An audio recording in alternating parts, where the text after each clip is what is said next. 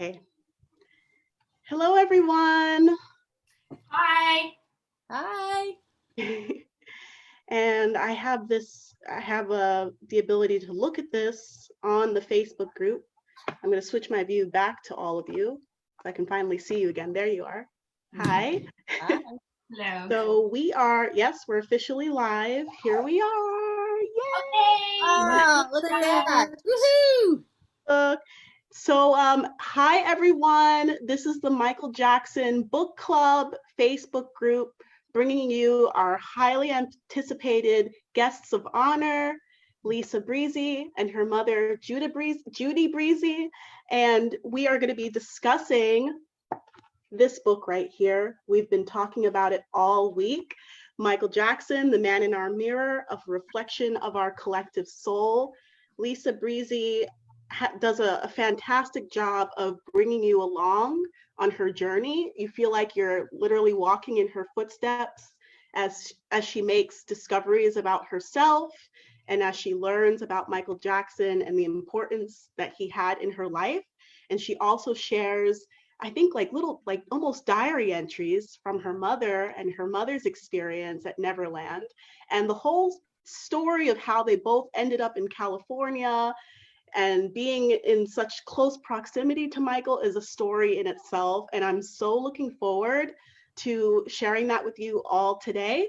And so this is an interactive chat. However, we are limited on time. We only have about 90 minutes. So we will be exploring Lisa's journey in the very beginning of this chat. Her book is broken up into 7 parts. So we'll be going through most of those parts and asking her questions about each stage of her journey with Michael. And then we'll open it up to a few questions to the audience. And then we'll go right into Judy's experiences of working at Neverland. And we'll, of course, open up the chat to some questions, and we'll take some of your questions then. But like I said, we are limited on time, so we'll do our best to get to all of your questions. And I just want to say thank you again to Lisa and Judy for being here and making the time to be with us. Everyone's been so excited across Twitter and Facebook, and it's actually happening now. So thank you. You've done some beautiful advertising too, Steph. Oh, Yeah. Mm-hmm. Well, and we're just honored and humbled that you would like to Want to know more. And obviously Michael is hugely a part of our lives and has been for a very long time in one way or another, and he's very meaningful to both of us still.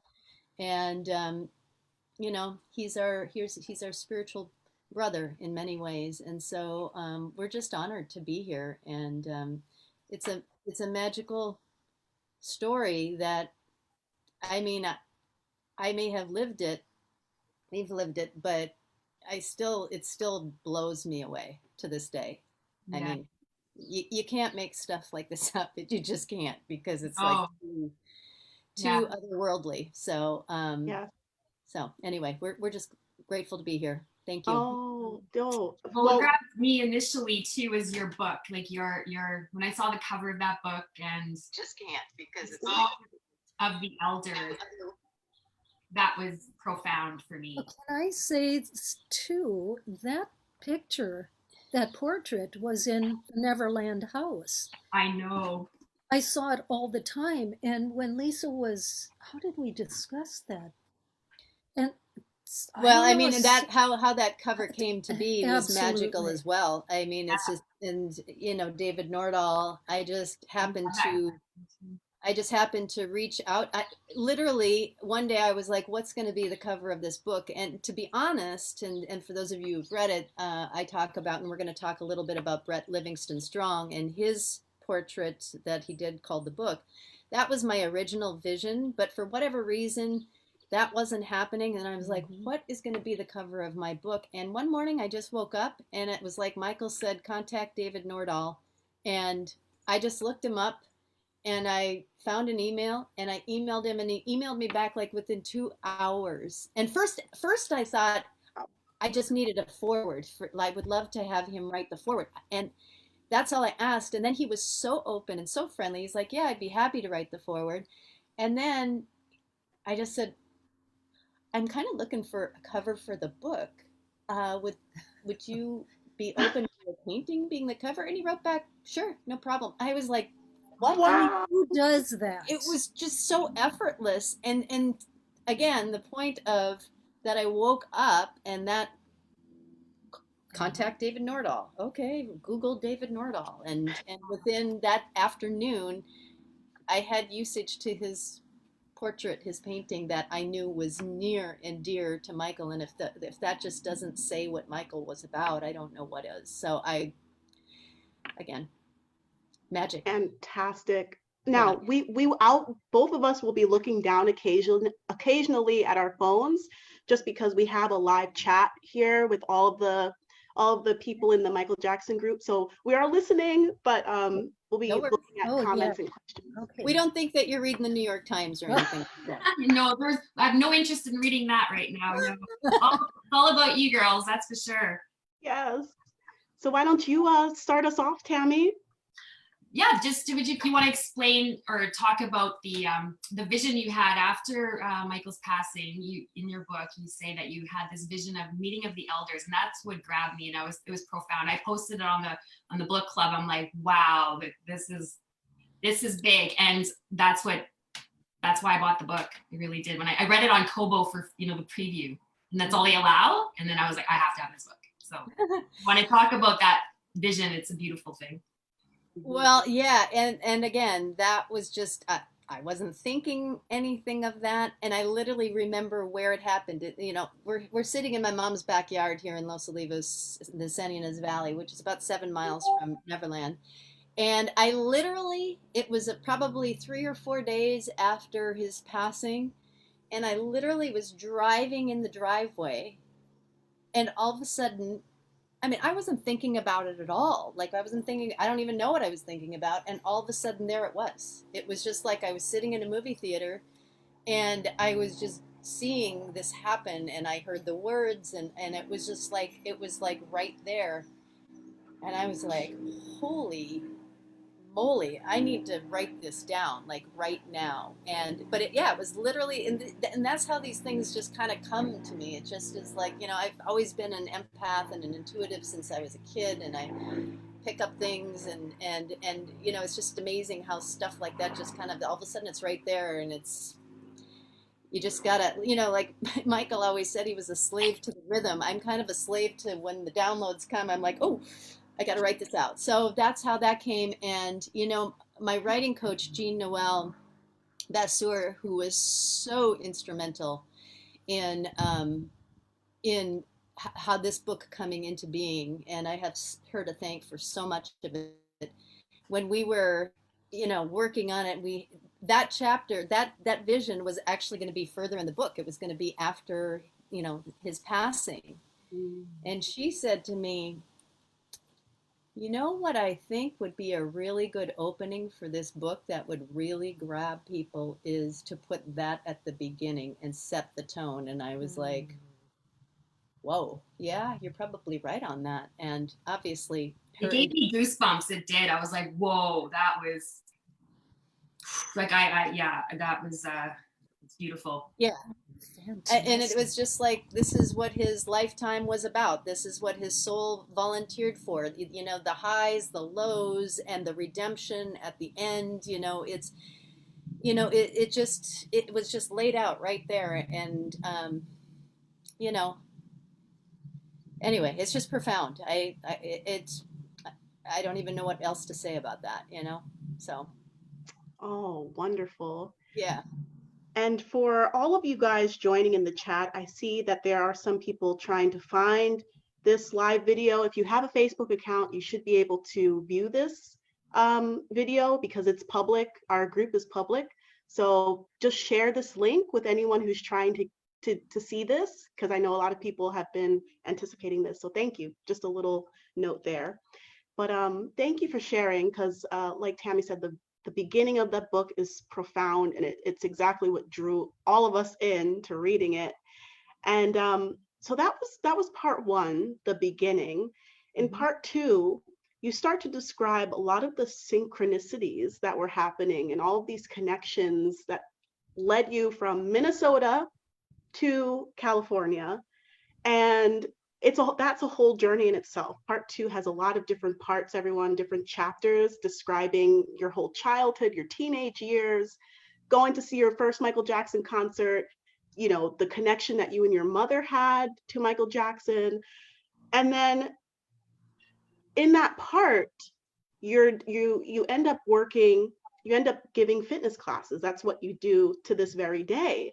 Mhm. And there was one person in particular that was in your fitness class, quiet guy, and didn't say much, but somehow you approached him. Something led you to go talk to him.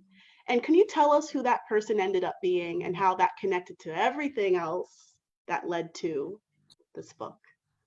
Yeah, so his name was Brett Livingston Strong. And so at the time, so I ended up going to Pepperdine University, got my degree in sports medicine. So I was working as an exercise physiologist. This was in 1995. I was working as an exercise physiologist, and people are like, "What is that? Is that a physical therapist?" No, a physical therapist, works with injuries. As an exercise physiologist, basically, I design exercise program for people of all ages, health issues, and fitness levels, but specifically with higher risk patients, heart disease, and all of this. So I was working at a place called the Pritikin Longevity Center in Santa Monica, which was a residential program for people with heart disease and diabetes, and they would come for 2 weeks at a time from all over the world. But they also had a local program in the evenings that was 3 nights a week where people didn't stay there, but they would come for exercise, a lecture, and a meal. And that was a 6 week program. And there was this man in my class, and I'm a people person. I love to connect with people. I love to hear their stories. I love to know what makes them tick. I mean, this is just, again, my intuitive empathic part of my being is I just want to, get in there and tell me who you are. And he was just this quiet man. He had this long blonde curly hair. He was probably in his late 30s, early 40s at that time. And he just intrigued me, and he had this little goatee. He was Australian, originally from Australia, and I started a conversation with him, and I said, he was walking on the treadmill, and I said, "So what do you do?" And he's like, "Oh, I'm an artist." And I said, "Oh." I said, "Well, what kind of art do you do?" I love art. My dad's an artist, and so I love art. And he says, "Well, I'm a sculptor and a painter." And I'm like, "Oh, gosh, do you have a portfolio? Would you want to bring it in?" I mean, I was just like, "Tell me, I want to hear it." Anyway, then he says, "Yeah, I'll bring it in sometime." And I thought, he's not going to do that. Well, the very next class, he brings it in.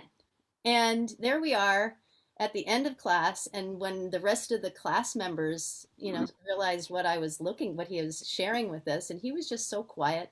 And we're just thumbing through this amazing book of all of his, like, this man is not just, a sculptor and a painter, like, he's world renowned, like, commissioned works of art of, John Lennon and this bronze sculpture in New York. And he's been commissioned for, things in Moscow, and it just all over the place. So they're going through all of his sculptures, page after page, and then he's an amazing painter. And so then all of a sudden we're going into his paintings. And remember, we're all gathering around at the end of the exercise looking at this, and all of a sudden he turns whoever was holding the book turns the page, and there's a portrait of Michael Jackson in the Renaissance period. And my heart started literally pounding out of my chest, because earlier in this journey with Michael, back in 1988, when I originally started feeling that Michael, here I was growing up in central Minnesota, like population 900 of Richmond, Minnesota, and I'm like starting to feel I'm seeing the Michael Jackson everyone else is seeing, the pop star, the dancing, the Friday night videos that we all waited for, but I was seeing his soul. And again, I didn't even realize what I was feeling at that time, but I could just sense who he was. And all of a sudden it just got really strong. Like I couldn't, I just started feeling like he was going to come into our life, which I just thought, That is absolutely absurd, Lisa. Now you're going overboard. Now you're in fantasy land. Like, get real. Like, you're in this central Minnesota. He's like at the top of his, I mean, he's just skyrocketing. This was in the mid 80s, and I think it was around the bad era. And I'm just getting these strong feelings like coming into our life, and I'm thinking, how? Like, just don't tell anybody. They're going to think you're crazy. And it got so strong that the only person that I could tell was obviously Mom, who wouldn't think I had gone off the deep end. And I said, Mom, I don't know what it is, but I think Michael Jackson's going to come into our life one day. And Mom, being the amazing person, and I mean, the nut doesn't fall too far from the tree, because she was already into the spiritual realms and all of that way back then, and she just answered and she said, I guess we'll see then. And that began what I call in the book, the Michael miracles, these synchronicities. I don't believe in coincidences at all. It's just but that just started the ball rolling. And so, getting back to his painting, my mom ended up going to Sedona to visit a friend of hers, and Mom was always into psychics and everything like that. And actually not. I mean, what are you talking about? Yes, I mean, you were. Sedona started it. Well, okay, whoever started it. Yeah, yes. It was the first psychic reading I ever had, and she's telling me Michael Jackson. I see this prince in the Renaissance when you two were sisters, came from a wealthy family. This woman doesn't know her from anywhere, and she's pulling this out of after I had just recently said. And this is a painting. Yes. One. Yes.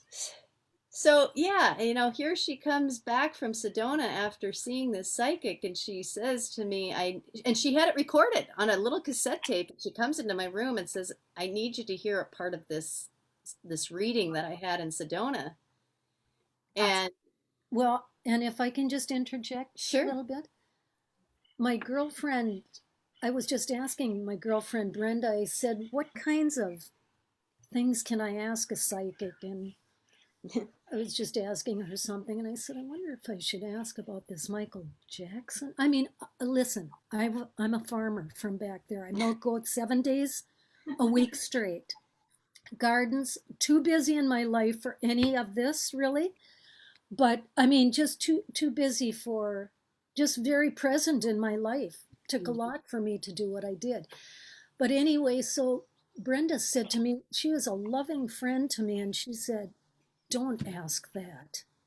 And I was just totally embarrassed. And I thought, okay, of course I won't, we didn't bring it up. And so I went in for the reading. The woman was phenomenal. And it was just the last 15 minutes that I said, could I just ask you where I was with my kids in this life? And she said, certainly.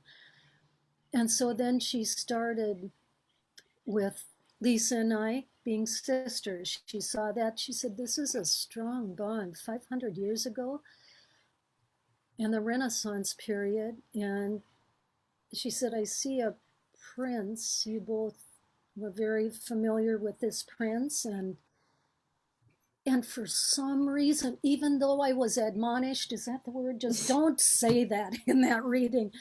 I said to her, I just started saying something about, I wonder if this is a Michael Jackson. She stopped immediately and she said, I saw the energy of Michael Jackson go into that prince. And with that, that's when I thought, okay, now it's getting a little bit too, it's just getting too strange here. I liked my reading for the first 50 minutes, and now I just don't know how to deal with this. But because what are we talking about? I wasn't even sure I totally believed in reincarnation, and then it's just I'm just telling you, it's one thing after another. So yeah, a lot of stories like that out there about Michael and people's experience. Are there? Yes. Yes. So yeah. So and then it wasn't long after that we were watching. I think you had gotten back, and we were watching Entertainment Tonight that night, and I was sitting there on the couch watching, and all of a sudden they're showing Michael walk around Michelangelo's David in Florence, Italy, and they were referring to him as the Renaissance man, and I'm like, Mom, you got to come in here and watch this. Like, this was like going on. Like, what is going on here? You know, this whole thing with him in the Renaissance. And then, you know, I mean, obviously the journey goes on. I ended up moving out to California with a dream. And, you know, I was here a few months, and I'm working at a horse farm, you know, in the San Ynez Valley. Just wanted to come out here to California. I wanted to work a year, get my grounding, bring Miss out here, my horse, little Miss. And, you know, 3 months later, I'm in the grocery store in the checkout line, and I pick up Rolling Stone magazine, and I thumb through it, and all of a sudden there's a painting of Michael Jackson in the Renaissance period. And Mom was still living in Minnesota at the time. And this was before cell phones or internet. And I got home and I'm like, you need to get Rolling Stone magazine, like right now, go to the store. And she's like, why? I said, just go and come back and tell me, you know, call me when you get it. And she calls me back like an hour later. Lisa Brisse, what is going on here? Like, who would paint him in the Renaissance period? Like, what is going on? I'm like, I don't know. Anyway, so getting back to Brett, in 1995, here, this man's in my class, and when they turn that page and there's that painting, my heart is pounding out of my chest. I mean, the room temperature felt like it went up 1,000,000 degrees. And I'm thinking, all of a sudden, I didn't see anything else. And I'm just like, these people need to get out of here, because I need to ask this man why in the world he painted him in this painting. And so after everybody kind of cleared out, I didn't want to appear anxious, like, go on. But finally, it was he and I in the room. And I said, okay, Britt, obviously your artwork is phenomenal. And he's like, oh, thank you. You know, very modest. And I said, I just need to ask you something, though. I said, what inspired you to paint Michael in the Renaissance time? And he just said so nonchalantly, he says, well, he's a friend of mine, and I'm a visionary, and I've always seen him living at that time. And I'm like, okay. And then I said, well, I have something to share with you. And I shared with him the story about Mom going to the psychic. This was like, let's see, that was 1988, and this was 95, so 7 years later. And I shared it with him, and he just didn't even bat an eye. He's like, yeah, I'm sure that's true. Wow. And that's when I said to him, I just have to tell you, your artwork reminds me of Michelangelo's. And that's when he looked at me and he said, wow, the only other person who's ever told me that is Michael himself. Oh, really? I forgot. Look at that. Look at that. And Sure. he didn't even bat an eye. It didn't even surprise him. And it all just came together in that way. Wow. Well, you think about what had to happen. Like, this man, I wasn't the only instructor at Perdican. Like, he could have been in somebody else's class. What made me ask? What made him bring in his portfolio? Like, there are so many things that had to come together for that to happen. For sure. You know? Yes. And anyway. Yeah. So then you ended up moving to California, and Mom joined, and wow, that's another story itself, how that happened. It is, and neither of us, we're just doing our lives. I am not connecting to Michael Jackson. No. When you cross the country at 40 years old, when you've lived back there all your life, you have no other preconceived anything other than getting there. And yeah, I mean, I had, since I was 16, my Aunt Diane, who is a world traveler and was always about traveling, and she really exposed me to the love of traveling in the world, you know. And but she brought me to California when I was 16 for a long weekend. And we went to Disneyland and, you know, Universal Studios. And I was thinking about USC, you know, going to college there. So we went to USC campus. And I mean, I stepped foot in California. I'm like, oh, I need to be here, you know. And so that never left me. And so at the age of 20, that itch was so strong. But I was trying to recruit friends, because who wants to move by yourself to a place? I didn't know anybody. Nothing. Like, but finally, life, sometimes this is what happens. Life pushes you. My heart was calling, and obviously a big part of my whole mission in life is following your heart, because my heart was calling me in the biggest way. And this is what happens, is our heart is tapped into the higher divine consciousness. Our heads are basically regurgitating what we're taught to believe about our limited existence as human beings. I'm getting into the spirituality here, obviously. And this is what I've learned, that my heart was calling me, calling me, calling me, and my head was saying, no, no, no, that doesn't make sense. You don't know anybody there. You're moving to the most expensive state in the country. You have no money. You don't have a job. Like, and then I was dreaming of having little Miss out here with me. Like, Lisa, Yes. tone it down. Like Your this. horse. Yes. So I fought my heart for 2 years after high school, even though I was going to a university there at St. Cloud State University. But I fell into a deep depression and now I look back and I know what it was about is because my heart was saying, we need to go.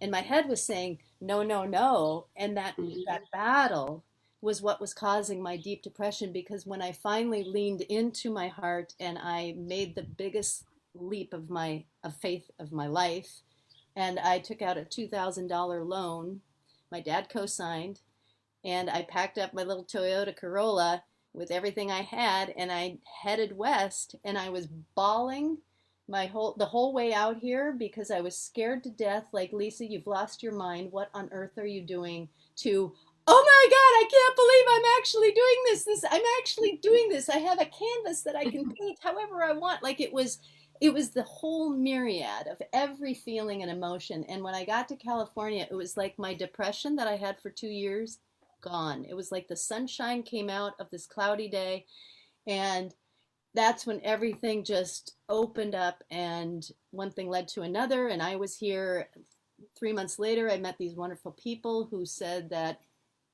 little Miss could come and stay in their pasture for free at the time.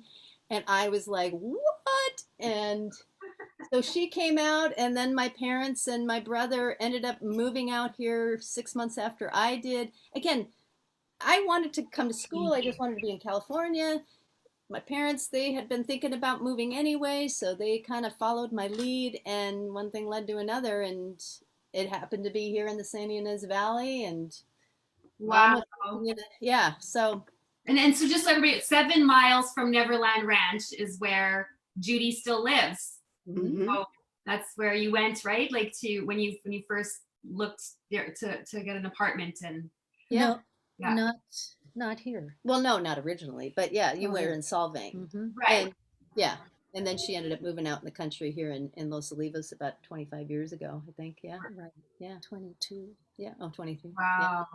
Yeah. So it's just one thing, and so this is what that taught me, is that your heart knows.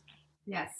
Our head fights it because we are taught to believe these limiting beliefs about ourselves and about life. Mm-hmm. But our heart doesn't abide by those rules or those limitations. It knows. And so what it taught me is, when you are feeling those intuitive hits and your heart is calling you, trust in that, because it knows a lot more than what this does. Yeah. So, and that's when magic happens. That's when the miracles happen. That's the miraculous flow of life, is being in your heart. So. And then Judy started working at a store and met some lady that came in and she had a dream or something. And the store led to everything else too. Well, yes, the store was pivotal in my getting out to Neverland, which, I don't know how you want to relay Marla's story, but to me, it was more about finding out that Michael Jackson's head housekeeper, Gail. Well, first she's talking about, I think, the woman who came up from, Marcy. We called her Marcy, yeah. You were in the store. Can I share? Yes, you share it, because I don't remember it. I mean, I remember it, but that's... I'm more of the storyteller here. Am I? I don't know. Maybe not. No, that's fine. You're good at storytelling for sure. Yeah. But I remember what Mom was telling me. I remember her calling me. I was at Pepperdine. It was probably in 1992. I ended up going to Pepperdine in Malibu. And that was a whole miracle in itself. But she called me and she said, so I just have to tell you about this person who came into the store today. So my mom was working at a health food store in Solvang, And from what I recall, she was like, she said, yeah, she looked a little lost, like she didn't really know why she was there. Or she said, so I went up to ask if I could help her with something. And the woman even said, I don't really even know why I'm here. I was led here in a dream. I'm from Los Angeles, and I was led here in a dream by Michael Jackson. Of course, mom is like, what? What? Yeah, tell me more.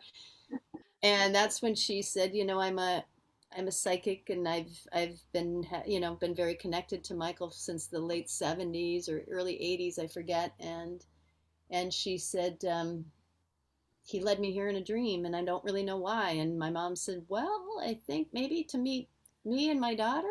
I don't know, because we've had this connection with Michael. I remember she was telling that to the store owner, and I was overhearing that. And overheard it. Mm-hmm. You need to be talking to me. Bobby doesn't have any connection. I mean, I didn't really know why she was there either, but I just remember thinking, you need to be talking. This is the one, not the owner, because she had no connection whatsoever, except that she did a lot of business with Neverland, and that's so that. But that didn't have anything to do with Neverland. I mean, that was a separate thing. Marla coming up, right? Yeah. Oh no, that was a separate because then Gail came in like later, and Gail was the head housekeeper out at Neverland, and Mom didn't even really. Were you aware that she was the head housekeeper when she brought up randomly? Like, would you? Oh, certainly, because I waited on her for about a year. They'd order case things, sodas and things like that. So I just always took care of their orders, and that's. And then one day. And then Bucky and Maggie were the chefs at Neverland. Oh yeah. Do you know the names? Have you heard those? I remember. No, I remember in the book you mentioned that they all came in making orders and getting things for the main house. So yes, and then they said to me one day, "Would you ever want to work at Neverland?" And, I didn't know them very well, and I said they just mentioned that there might be a position coming up, and I just said, "Well, I might." And then Gail, the housekeeper, came in, a couple months later and said, we have an opening at Neverland, and would you be interested? And I said to her, I would be interested. I just don't know what I would do there. And she said, well, you would be a housekeeper. And I said to her, well, I've never done housekeeping as a business. I don't know anything about it that way. And she said, oh, we can train you. So with that, I thought, well, then I'm not turning this down for any money. So that's how that evolved, And then about November of 92, where the vitamin store I worked at for 2.5 years, Bobby was real kind to me. She had to bring in her son and his girlfriend, and she couldn't really afford to keep us all there. So I appreciated the graciousness that she had me look for another job. So from about November until January 23rd, I was without a job for the first time in California. Ooh, scary. Scary. But then I found out that they wanted to interview me at Neverland. So I think I didn't jump on that. Oh my gosh. Yeah. So well, we're definitely going to circle back to more of your experiences actually working in Neverland, but it's good to set the tone, everyone, the live chat, just so you can know how Judy ended up working there. I mean, that all of those connections and all of those synchronicities and all those things just aligning so that you ended up there. It's just, it blows my mind. And you have this nervous sort of excitement and anticipation as you're reading this book, everyone. At least that was my experience when I read it, because you see all these things coming together and you're like, oh my gosh, you're cheering for everyone so that everything works out, So that's a really fun part of the book. But interesting stuff. I'd like to hear your thoughts there. Oh yeah. Did we want to save the Family Day question for later, Tammy, or do we? No. So then you ended up working at Neverland. And Michael Jackson had a family day for his employees. And Lisa was able to go to Neverland after having these connections in a fan since 1982, and it led you to California, and you're working at Neverland now from being at the store, and it's just, and through the book, it just shows you all these different, the synchronicities and the connections, and you're finally going to Neverland, and the way you describe it, going from black and white to in Oz and into color. And like, how was that being, like, for you, Lisa, being, going to Neverland to play? Oh, well, I'll never forget when Mom first called me, and said, so they're having Family Day. Family Day is a day where Michael opens up the ranch to all of his staff on the ranch and the LA office. And he opens it up for everybody, the family, to bring their families and their friends. And she said, so I'm assuming you'd want to go. Yeah, I think I'll be there for that. I don't know what's on my schedule, but I'm sure I'll have it clear for that. And then she said, well, I guess you can bring friends. I said, oh, well, how many friends can I bring? And she said, there's no limit. And I'm like, you got to be kidding me. There's no limit? Well, I was asking all of my friends. I'm like, anybody want to go to Neverland? And I had 8 friends coming. Like, I mean, here we are, all adults. We're in our, well, adults, whatever. But we're in our 20s, we got jobs, and here we are caravanning up to, I was working in Santa Monica at the time, living in Santa Monica, still am, of course. And here's like all my adult friends who aren't necessarily Michael fans. Absolutely. But who's going to turn down that opportunity, And so there were a few of those family days, but yeah, the one that I remember that was, all 8 of their 8 friends, that was pretty amazing. But yes, the first time that I went, I said to Mom, I'm like, okay, so what time can we come? Like, when do those gates open? Because we are not a second late. And she said, well, 10 o'clock in the morning. And I'm like, and how long can we be there? Like, because we're not leaving a second before. And she says, well, 10 p.m. at night. And I'm like, okay. And I mean, just seeing the cars, just to think, these families from LA are driving up. This is such a huge deal.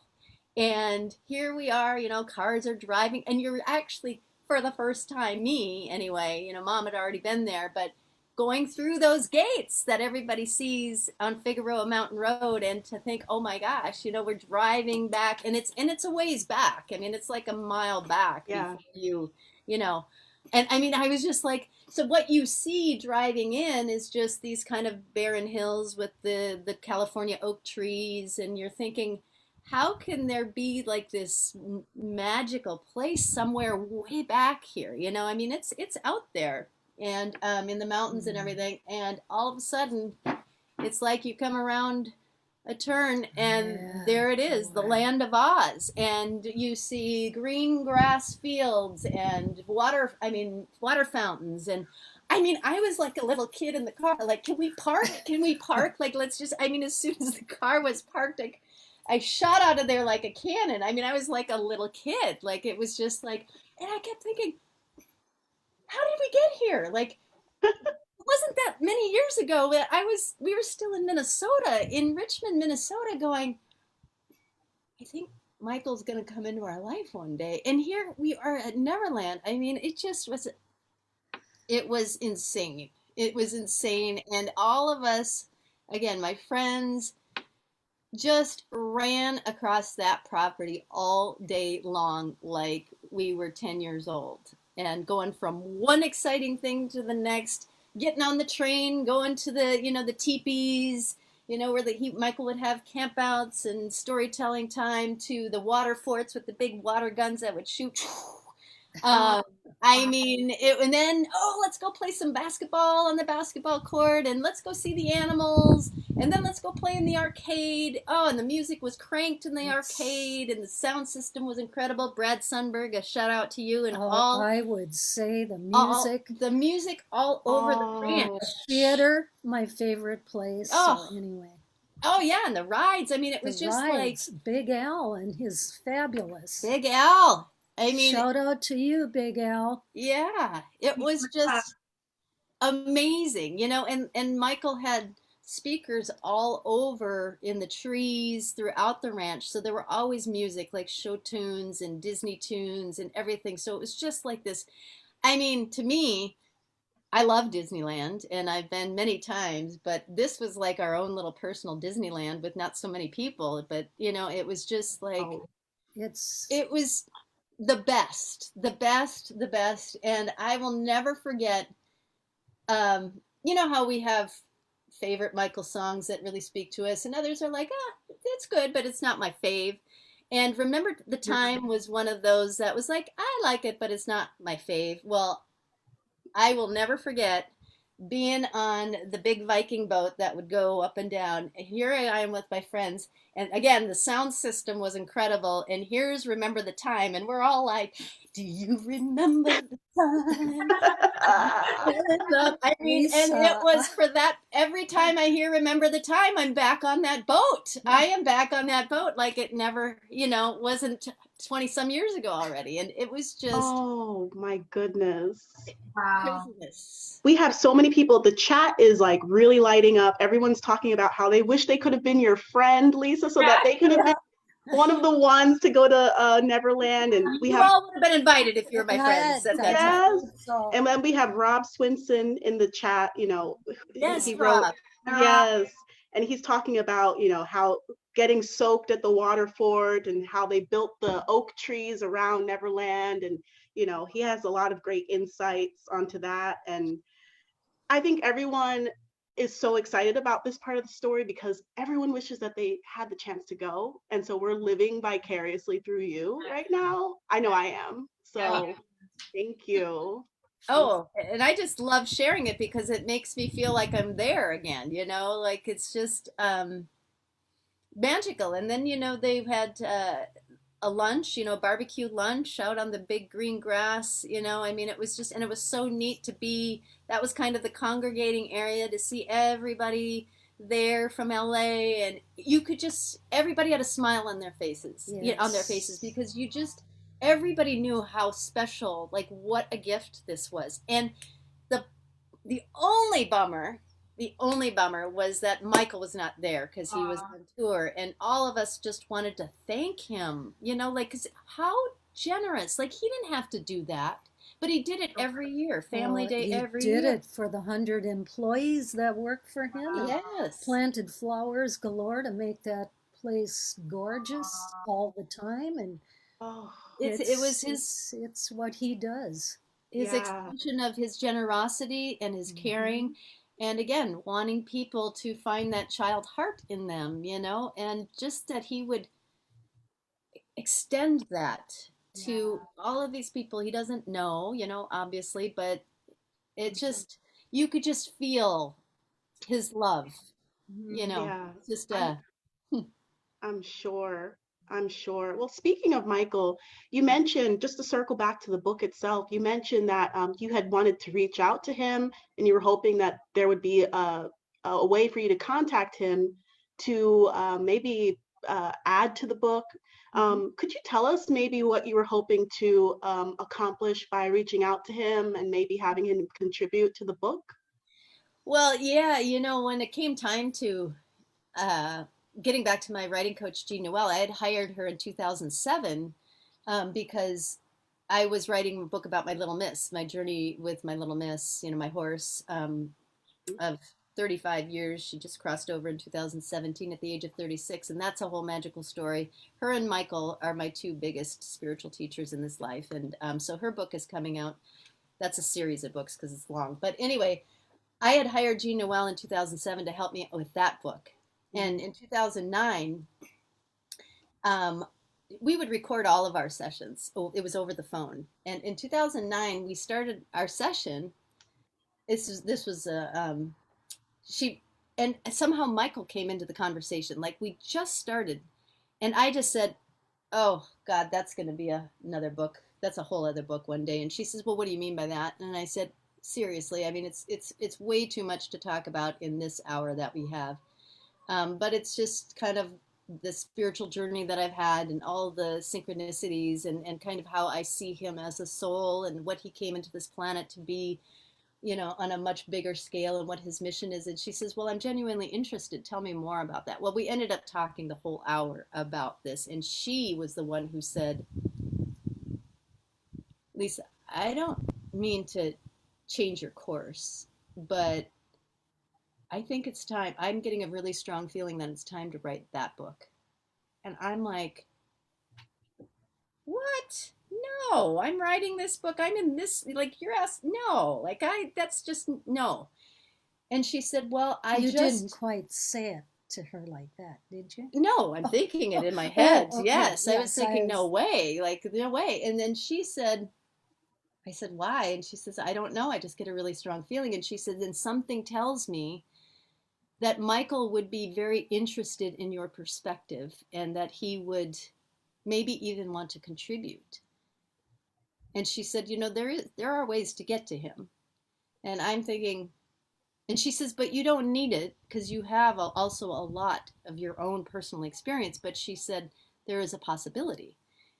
Anyway, we ended that conversation and I said, well, how about I just take this week to think about it and let's meet next week and, you know, we'll see. And she said, yeah, that's fair. She says, if let's meet next week. If you feel like you want to keep on going with your Little Miss book, we go with that and Michael will be another time. I said, okay. Well, that week, his energy was everywhere. Like my clients were bringing him up randomly and I'm thinking, what is going on? Because at that time, Mom hadn't worked there since 1996. Here we are in 2009 and we weren't really connected with him so much anymore. But that week was just, whoa, what is going on? And so I was taking it as a sign of like, okay, Lisa, you got to be open to this. This is time. So we got on the phone that day. And she said, the first thing she said, so where are you with this? And I said, well, I said, he was just all over, his energy was all over. And I said, I guess it's time to write this book. I just didn't think it would be now. And she said, well, when did you think it would be? And I said, well, gosh, I hate to even talk about somebody's death. Because I don't want to even talk about that. But I said, I just see it, like, I just saw it like many years down the road, And she said, well, I understand that. And I said, but I guess I'm open to writing it. And we got off that phone. And the day happened to be June 25th, 2009. And I got online to check my email. And there's the headline, Michael Jackson dies of cardiac arrest. I just can never believe this story. Can you even imagine what I stared at that screen and I could hardly even, my heart was pounding out of my chest. I was in total shock and disbelief. I called her right back and I said, have you seen the news? And she said, no, why? And I said, Michael just died. And she said, oh my gosh, Lisa, if this isn't a testimony of your connection to him, she said, he came to you in this last week to prepare you. And she said, and now that he is not in his body, if you're open to it, she said, he will be more than available to help you write it if you're open to that. And I was just numb. I had to teach a spinning class later that day. I could hardly even imagine saying anything, but I just put a playlist that was all him. And I literally just put it on and everybody in that class was just silent and in tears. And, we all know where we were when we heard that news. It was just like profound. So anyway, and so, yeah, it was pretty intense. And the next 5 years of writing, he was very, very, very present with me. Well, thank goodness for your book, What's that? Thank goodness for your book. It's just like, wow, it's amazing. Yeah. Well, it must have taken, yes. It must have taken a huge amount of energy to write the entire book. It took you years. And even as you were being guided through it, there were some really difficult parts that you had to write. And so you describe parts of the book as being hard to write, challenging, even draining. And some of those parts have been hard to digest to those reading it. And could you just speak to us about that and kind of how that fits into the whole story? Yeah.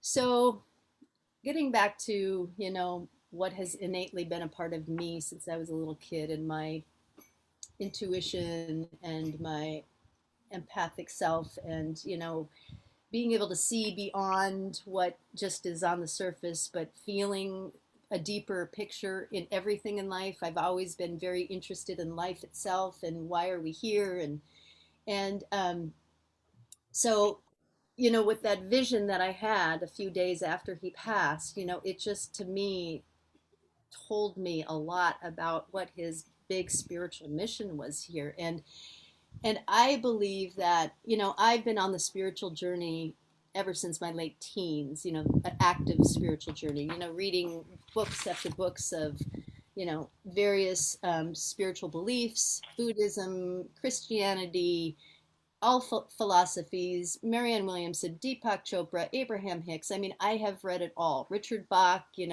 Jonathan Livingston Seagull, all of these. My innate desire has always been to know the bigger reason why we're here.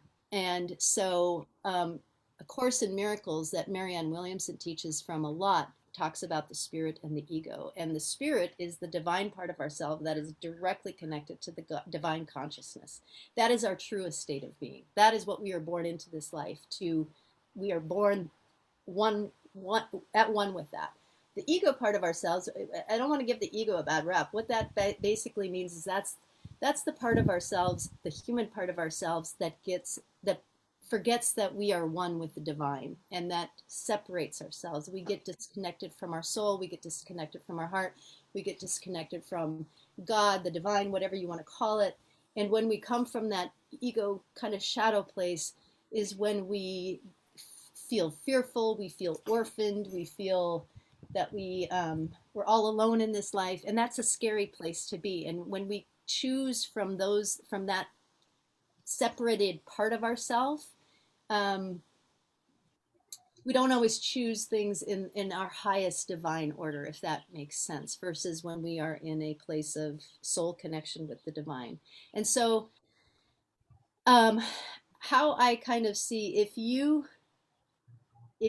read this part of the book, especially with just our limited perspectives from what we are taught to believe about who we are, the deeper meaning won't come. But if you expand your perspective to a much higher perspective, a spiritual perspective that transcends the human limitations. In other words, here's the analogy. You look at a mountain from the distance, what you see is much different than when you are on that mountain or at the base of the mountain. What you see of the mountain, if you're at the base, is just a limited part of that mountain. But when you step away, you see a much bigger, Mount Everest is huge, but if you were at the base of it, you wouldn't see how big it is. And so the perspectives that I take with Michael and seeing him from the biggest soul perspective was his whole life was such a profound allegory, I don't know if that's the right word, that reflects all of our lives here, that we come in, we are born into that divine light, and we forget that we are, and this becomes our human experience.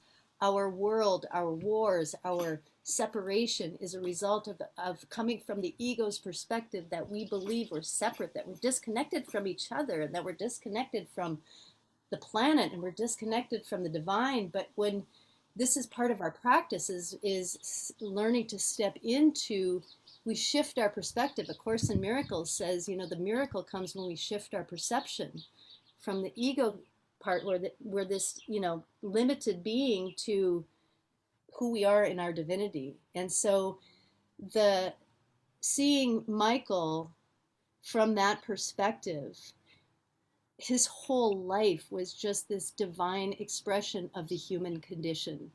The light that we all are when we step into that creative flow and become a channel of that.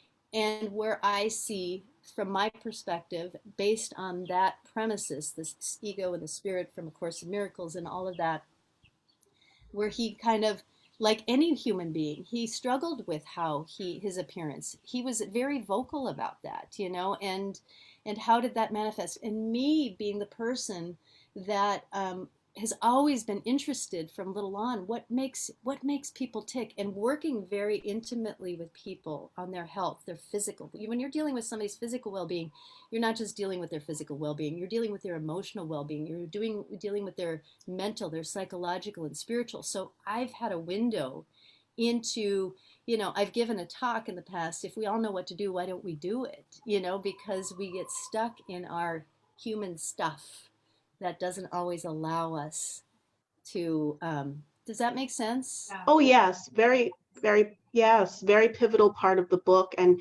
you all can definitely take a look at that part when you get the book, and you can have a better understanding of where Lisa's coming from. But I do want to reserve some time for audience questions, and I do want to get into Judy's experiences at Neverland. So Tammy, do you want to? Questions. You take some questions. Oh, okay. Okay, so there's a lot of questions coming in here. A couple questions now, but yes, we'll take a couple, guys, and I'm just putting it out there. People are saying there might need to be a part 2, but you know, just think about that. Sure, yeah, that's no problem. Okay. I love that you've had this much about the book. It's good for me to go back and see all of this. I'm going to say, I know it's not the easiest book to read. The first part is fun, and then when I go into what I call the reflections, I know this is the deeper challenge of how Michael was the mirror to all of us, and my intention was that we all can learn and grow and heal from his experience that he gave you know, willingly. That soul in the beginning of the book that says, I'm willing to go through the light, I'm willing to go through the dark, and I'm willing to have the message of love that is the punctuation, the exclamation mark at the end of his life. Well, does that make sense? Yes. Oh, yes, fantastic. So our first question here for Judy, I think this would be for Judy, is what was your first impression of Michael when you started working at Neverland? Your first experience and first impression. Story. Well, pardon me? Tell us that story. Oh, that story. It's just like, okay, now I'm working at Neverland. I'm here 2 weeks.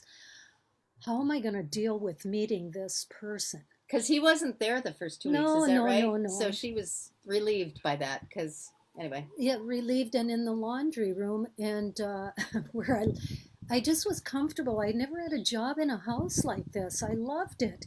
But anyway, one day I was in the laundry room. It had a west window. It had a north window. Right there. And all of a sudden, I'm in the house alone. I don't even know how that existed, but I was there with the head housekeeper, and she ran to town, said she wouldn't be long. And so I'm folding towels, and all of a sudden I see a pink shirt, black hat, fedora, and I see long tresses. And I'm thinking, this cannot be. Somebody would not do this to me, that they would have me here alone with him. So he comes around the other window, and I thought, oh, he's going to be in the hallway in 2 seconds, and I have to go out there and talk to him. This is not the way I thought I'd be meeting Michael Jackson. Where's the official introduction? I'm getting to your point. So I just said to myself in the laundry room, now don't you dare say any more than you absolutely have to, because I know how I get if I get really nervous, and I was beyond nervous. So I just said, say the minimum. Then by this time he was in the hallway, and he was kind of halfway in the hallway to the kitchen now. And he said, Gail, Gail. And I'm thinking, okay, it's your chance to go out there now and meet Mr. Jackson. So I went in the hall and I said, Mr. Jackson, Gail went to town. She'll be home shortly. And he looked at me and just inquisitive with his pink shirt on. I just loved how he looked. and just gave it just a nice little smile. And I just, and he said, okay, thank you. And then I just went back into the laundry room and I was so proud of myself. And then he just, I just remember, I thought to myself when I got in there, he's as shy as I am. I was so grateful for that. It couldn't have been better. Couldn't have been a better meeting because we both were very shy. And I, even 10 years later, I thought to myself about that moment. I thought, do you realize you are a total stranger in his house and he just has to trust who is there? Just so gracious. I mean, he was, but I just remember the little smile, and I actually remember why I'd even think of this, but it meant nothing to me because I worked in vitamin stores. But I noticed just different little patches on his hands, like the vitiligo. Mhm. But like I say, I didn't think anything of it because when you work in vitamin stores, you hear people coming in with that. So it was it's not a big deal. Yeah, and like you say, he had to trust who was in his household. Trust, Tammy. I mean, come on. And we know there wasn't always good people around him, and he wanted to be creative and just do his thing and trust that whoever's employed is gonna look out for him. Right. Did you like, so tell us about your employment there? Like, you can just talk about as much as you want with us. Well, yeah. It's like, what did you see, or what was Where do you even begin on 3 years? What was the feeling? What was the atmosphere? Were the other employees friendly? Was were any? I mean, it seemed like Michael would ask you. He would ask you to do special things for him, for his family. You talked to him quite a few times, and Well, Steph, that didn't come right away. And we were told right up front. I think, what were there, 5 or 6 of us housekeepers, 6 with Adrian, who was his personal housekeeper. yes. So she was the only one allowed in his bedroom. And we thought nothing of it. We didn't, So, so to be told right off the bat, you don't interact with him. And I'm just thinking, we're not out in the petting zoo. We're not out in the amusement, well, any of those places you'd have to interact with them. But I mean, in the house of all things, you have to interact. But, I just kept my distance on that. I mean, you just answer, you do the jobs you're asked to do, and and nothing more or nothing less, of course. But you don't ask him why, and he wouldn't. Any kind of requests would go through Gail. So The head housekeeper. Yeah, the head housekeeper. So I was very content to just be doing my work because after all, you are working for Neverland, and that in itself. And he wasn't there a lot. He could be there 2 months at a time. He could. I don't know. Big Al would probably know if he was ever there that long. I know he could be gone for 3 or 4 months at a time, on his tour. And you know more about his musical career than I actually do. But so it was just a fabulous, fabulous job. I even have my little, even after, I was there 3 years. But after the first year, when we were constantly referred to as being housekeepers, and I thought, now wait a minute. When I'm asked to do a personal tour for celebrities, like who is that little Brighton McClure? He did a little black young man that had a family show. It was really fun, and his parents were just wonderful. But I mean, we did a lot of hostessing. That's where I said to myself, Judy, you are a hostess and you are a housekeeper. Nothing wrong with just being a housekeeper. I loved it. But we are also much more than that. I mean, you had to go greet royalty from Africa, at the drop of a hat, or come to work in the morning and Bucky says to me in the kitchen, Judy, will you go wait on Mr. Copperfield in the kitchen? I will definitely do that. That's part of my job. Can anybody just give me a clue? I'm going in there to meet David Copperfield. I'd come to work in my cleaning clothes. We always had, but we had to bring clothes there in case. Like more. Yeah, more dressy Yeah. in case, because people were coming and going from Neverland Mhm. at a. So yeah, you'd go in thinking it was just a regular day, and then all of a sudden Oh. you're setting up a dinner table for, like, who you never. I mean, Mom said a lot of times you just never knew who was going to be showing up, No. and it was always somebody high profile, mostly. Mhm. So you were there from 1993, right, to 1996. Yes. You're right in a pretty intense time of his life. Well, I cannot believe that either, Tammy. I That cannot blows my mind, believe that honestly. I would start there right in January, and right when Jordy was coming through, and Yeah. his family, lovely family. That's all I can say about them. Mhm. Mhm.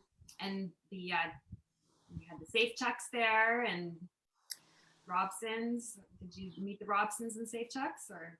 I met, I just can't remember ever seeing Jimmy there, but that doesn't mean that he wasn't there. Mhm. Stephanie, I remember seeing her on property and being in the house, and Joy Robson. But I never just got a feeling, and of course, You could say it. for all the tweets, the numbers of tweets, that's my response to Stephanie's Safe Chuck. When I came home from work one day and just went on Twitter last year and saw, I was so happy he died, I danced. Oh boy. I didn't care if 7 billion people in the world heard what I was going to say right there. I did not care. But that was so. When she was there that much, that family, and would say something like that, I had to just tell her the truth. And it seems like people think that, when the two boys talked about they were always with him. Well, in Joy Robson's 2005 testimony, she actually says that in 14 years, they were only physically at the ranch with Michael at the same time in 14 years, 4 times, like while Michael was there. So it sounds like people think that he was there all the time and that they just was with him all the time, but he wasn't really there a lot. And Well, I would say though, Tammy, he was there. They were there 4 times in the first year. I was there easy. With Michael there. Sure. Okay. But that was nothing else. There were how many other kids there too? Right. Other families. And I actually liked Wade. He was the cutest little kid, but I've heard from, I hate to say, just from a couple security guards, or one in particular, which I wouldn't have known this about Wade because I was in the house. He was like a 9 or 10-year-old kid, but he was a real little Dickens or a rascal, and he'd get in a lot of trouble there. So, you can take that for what it's worth. And yeah, I'm real disappointed in some of that. And Joy was my first impression of her was very ambitious, kind of cold, but I've heard too the story of them leaving Australia, but nevertheless, there was never warmth there. Opportunist is what you've told me. I think that came across in the Leaving Neverland documentary for sure. Did it? Yes. I think it did. So Tammy asked about some of the families and the children that were present. I kind of wanted to get a sense of maybe who was working there during those 1993 and 1996. You mentioned that Adrian McManus was Michael's personal housekeeper. Some of the people in the chat are mentioning the Quindoys as head of management. I'm not sure. Yeah, I wasn't sure if they were there or. The people that were in his employ that initially spoke out in favor of him, and then they sold their stories to Star Magazine, and then Adrian McManus and that sort of things changed their stories. And you were approached by her, weren't you? Is that? Well, that's what I was trying to tell Lisa this morning. I said, I never gave the impression. I was never part of the 16 that was part of the class action. Right. No, you weren't. Yeah, right. But did Adrian come up to you, or did they actually approach you? She was actually off the property by then. Okay. That Adrian's departure, I think, was after the first raid in 1993. She was called in when I answered the door when all those 20 cop cars, police from Santa Barbara, came to the door and flashed, search warrant badges, and was really something else. It was just three of us on property that day. And so I was sitting in the break room with one of the other housekeepers, and we both said, how are these? I mean, they were just racing in, to the front door, and we thought, how are they? Where's our security? What's going on? Only to Maggie told me in the kitchen, Judy, probably go answer the front door, which I did. And that's when I still didn't know what this was about at all. But I just had to let them in the house. And then Adrian was called in an hour later to come in to let them into Michael's room. I think I don't know if they went through the Neverland house because we were sent home. Mm. Oh. And then Adrian came in. And then it wasn't, I just don't remember if she was there 2 months yet after that. Mm-hmm. But that's when I just heard she and Sandy, who was in the admin building, and Kasim was one of the security guards. I remember those three especially being part of maybe Melanie was a security guard too. I'm not sure who was part of that, but I worked with all of them. All great people. I just didn't, and I'm just sad about Adrian, and because I don't really know what went on there after that. We could laugh and I remember one day I said to her when she was bringing in Michael's laundry from his bedroom, she had just cleaned it. And Adrian was very outspoken and she was flamboyant, and we just, we were just so used to her persona that way. But I remember asking her, I said, just from the laundry standpoint, I said, Adrian, do you actually change Michael's sheets every day and clean every day? And she said, in all seriousness, and probably one of the most profound things she ever said, she said, Judy, a man that has created that much, and she knows she said that to me. She may have forgotten this, but I do not forget that, especially when what has gone on. She said, for a man that has created that much in his life and has done so much, she said, he deserves that every single day. And I was just kind of blown away because, just all that's a lot of work to do that. But she loved that job. Mm-hmm. So what went on there, I'm just sad. Mm-hmm. And Adrian, you know it too. Mm. Yeah. Because you had to go to court. Oh, yes, I did go to court. I was almost one of the last witnesses for their class action suit in Santa Maria. This was in 1997 or 8, not the 2005. I was not involved in that at all. And I remember sitting there, and their attorney asked me something, a question, and I just answered it, just the way I would answer it, what was the truth for me.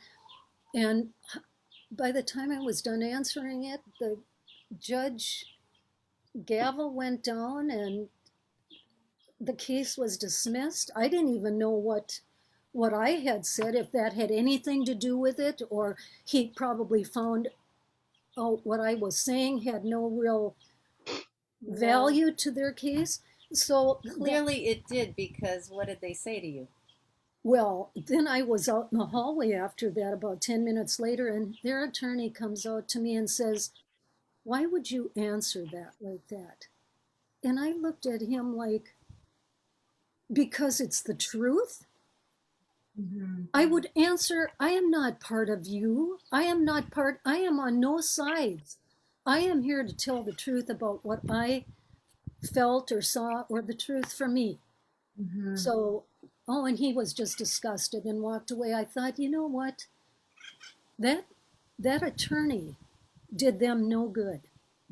I mean, that he would even think I would be on their side when you haven't even communicated with me for most of this, whatever your preparation was for. It was silly. Sorry, whoever that was.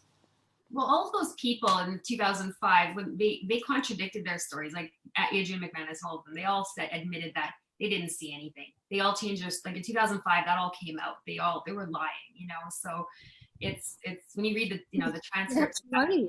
Yeah, so it's all lies, and they sold it for money. And you were approached by the media as well. Mm-hmm. Yeah. So how did that go? What did they want?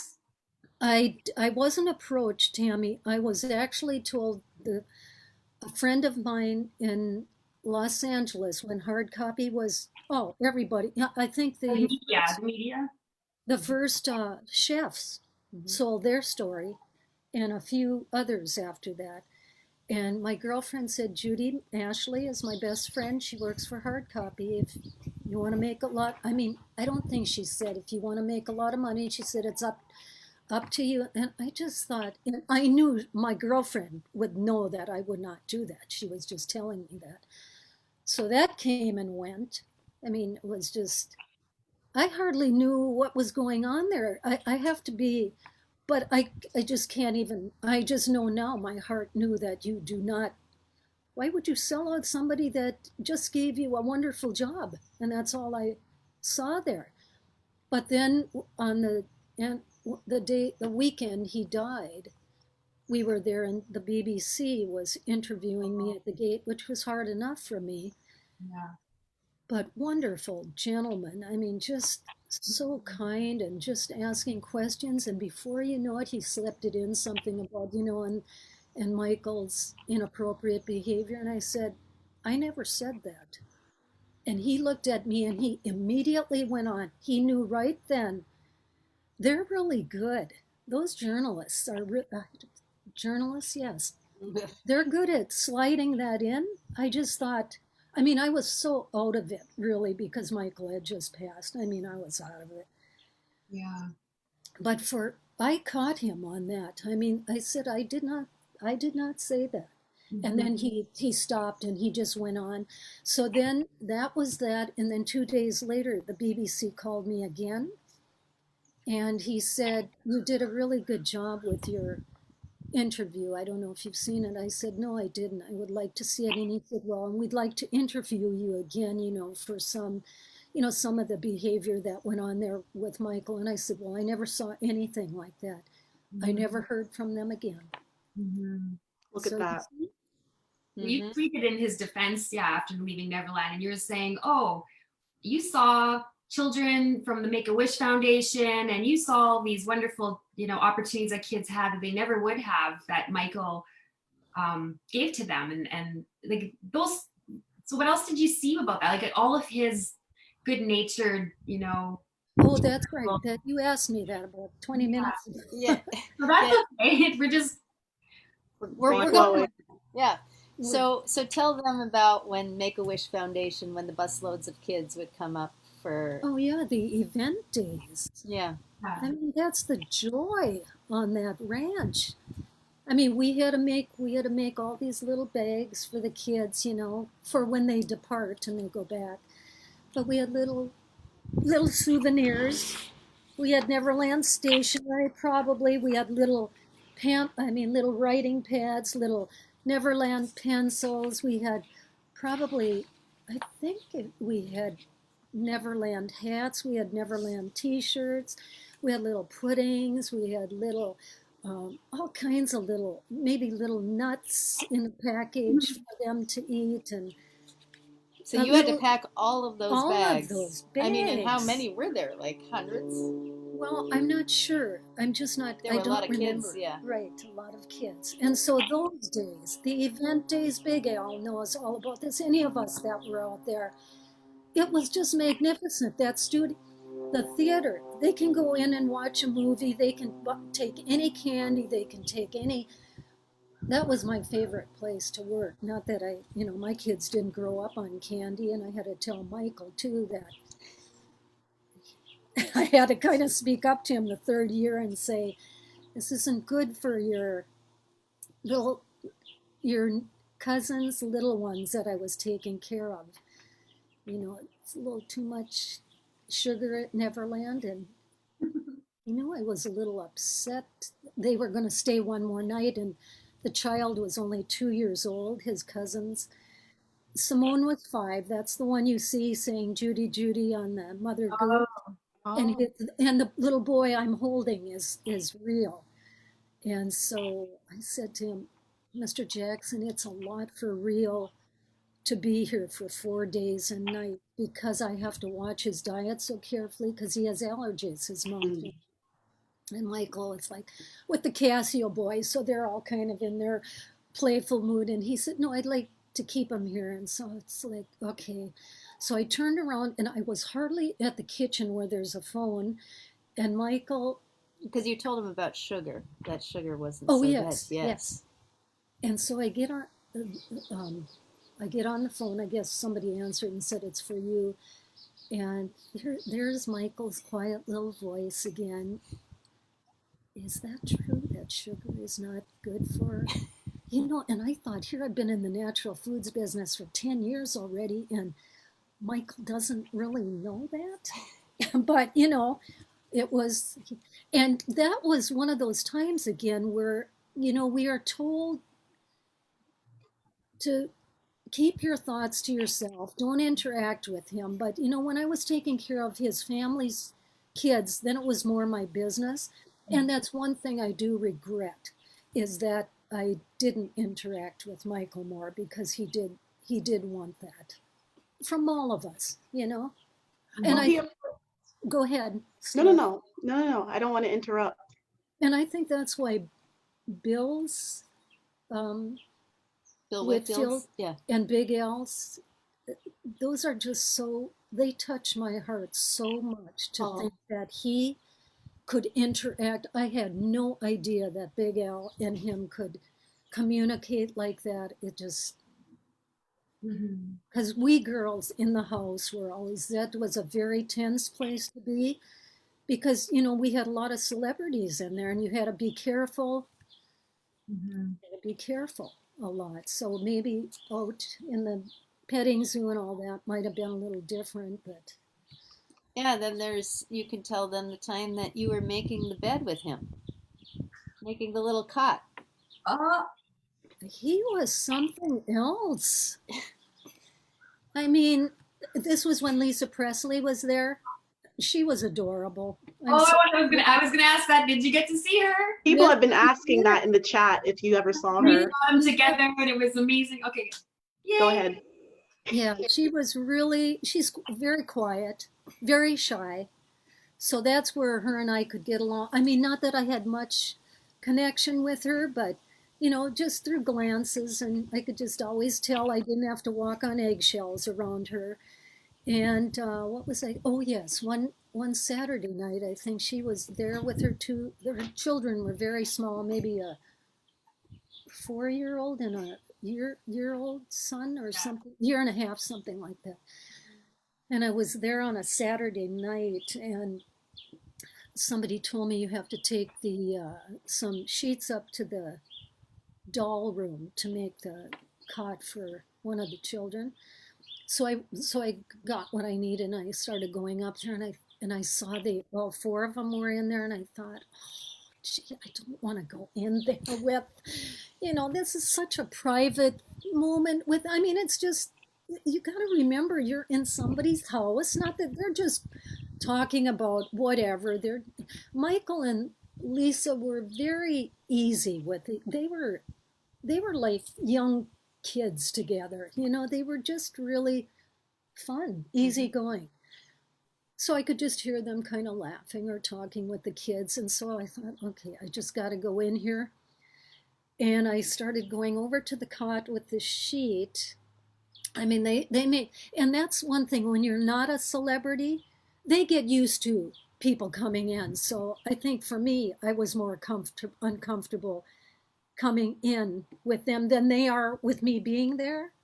So anyway, before I knew it, I was just starting at the top of the bed, putting the sheet on it. All of a sudden, here's this glorious canary yellow flowing shirt he had on, flowing black hair, and a smile about as bright as you could ever take. Just taking the other side of the sheet, and there we are making the bed together. And I'm just thinking, I love you, Michael, because you're so down to earth. Just that he wanted to help me make that bed. And I don't know, is that, These are the stories we live for right now. I think are they? we love this. Oh yeah. Oh yeah. Anything about what you saw, like I mean, I just If you have any other stories like that, at least please. saw them together and they're playing and they're happy. Did he seem happy? Like you were they married at this point, or were no, they they weren't. they were dating yet? Okay, they were They dating. were dating. Okay, they seemed happy and having fun. I thought so. Yeah, And you know, that's so nice. I can't imagine being married to Michael Jackson. I mean, I always wondered for Lisa's sake how complicated. I mean, she's a legend of her own, you know, Yeah.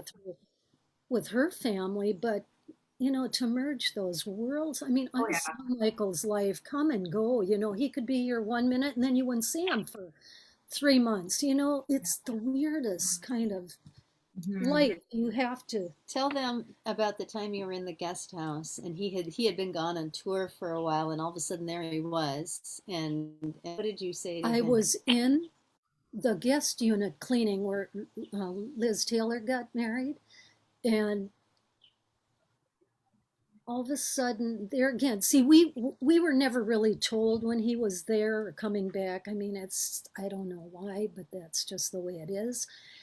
Um, and so I was in the guest unit alone cleaning, and all of a sudden I just glanced out, and here I see that black hat again, and this time he had a white, just his classic white shirt and his pants, and of course his loafers and his little white socks. And I see him running from the house, and you always have to kind of keep an eye on where you might be needed or something. So I saw him running, and I thought, well, he looks like he's coming here, but why?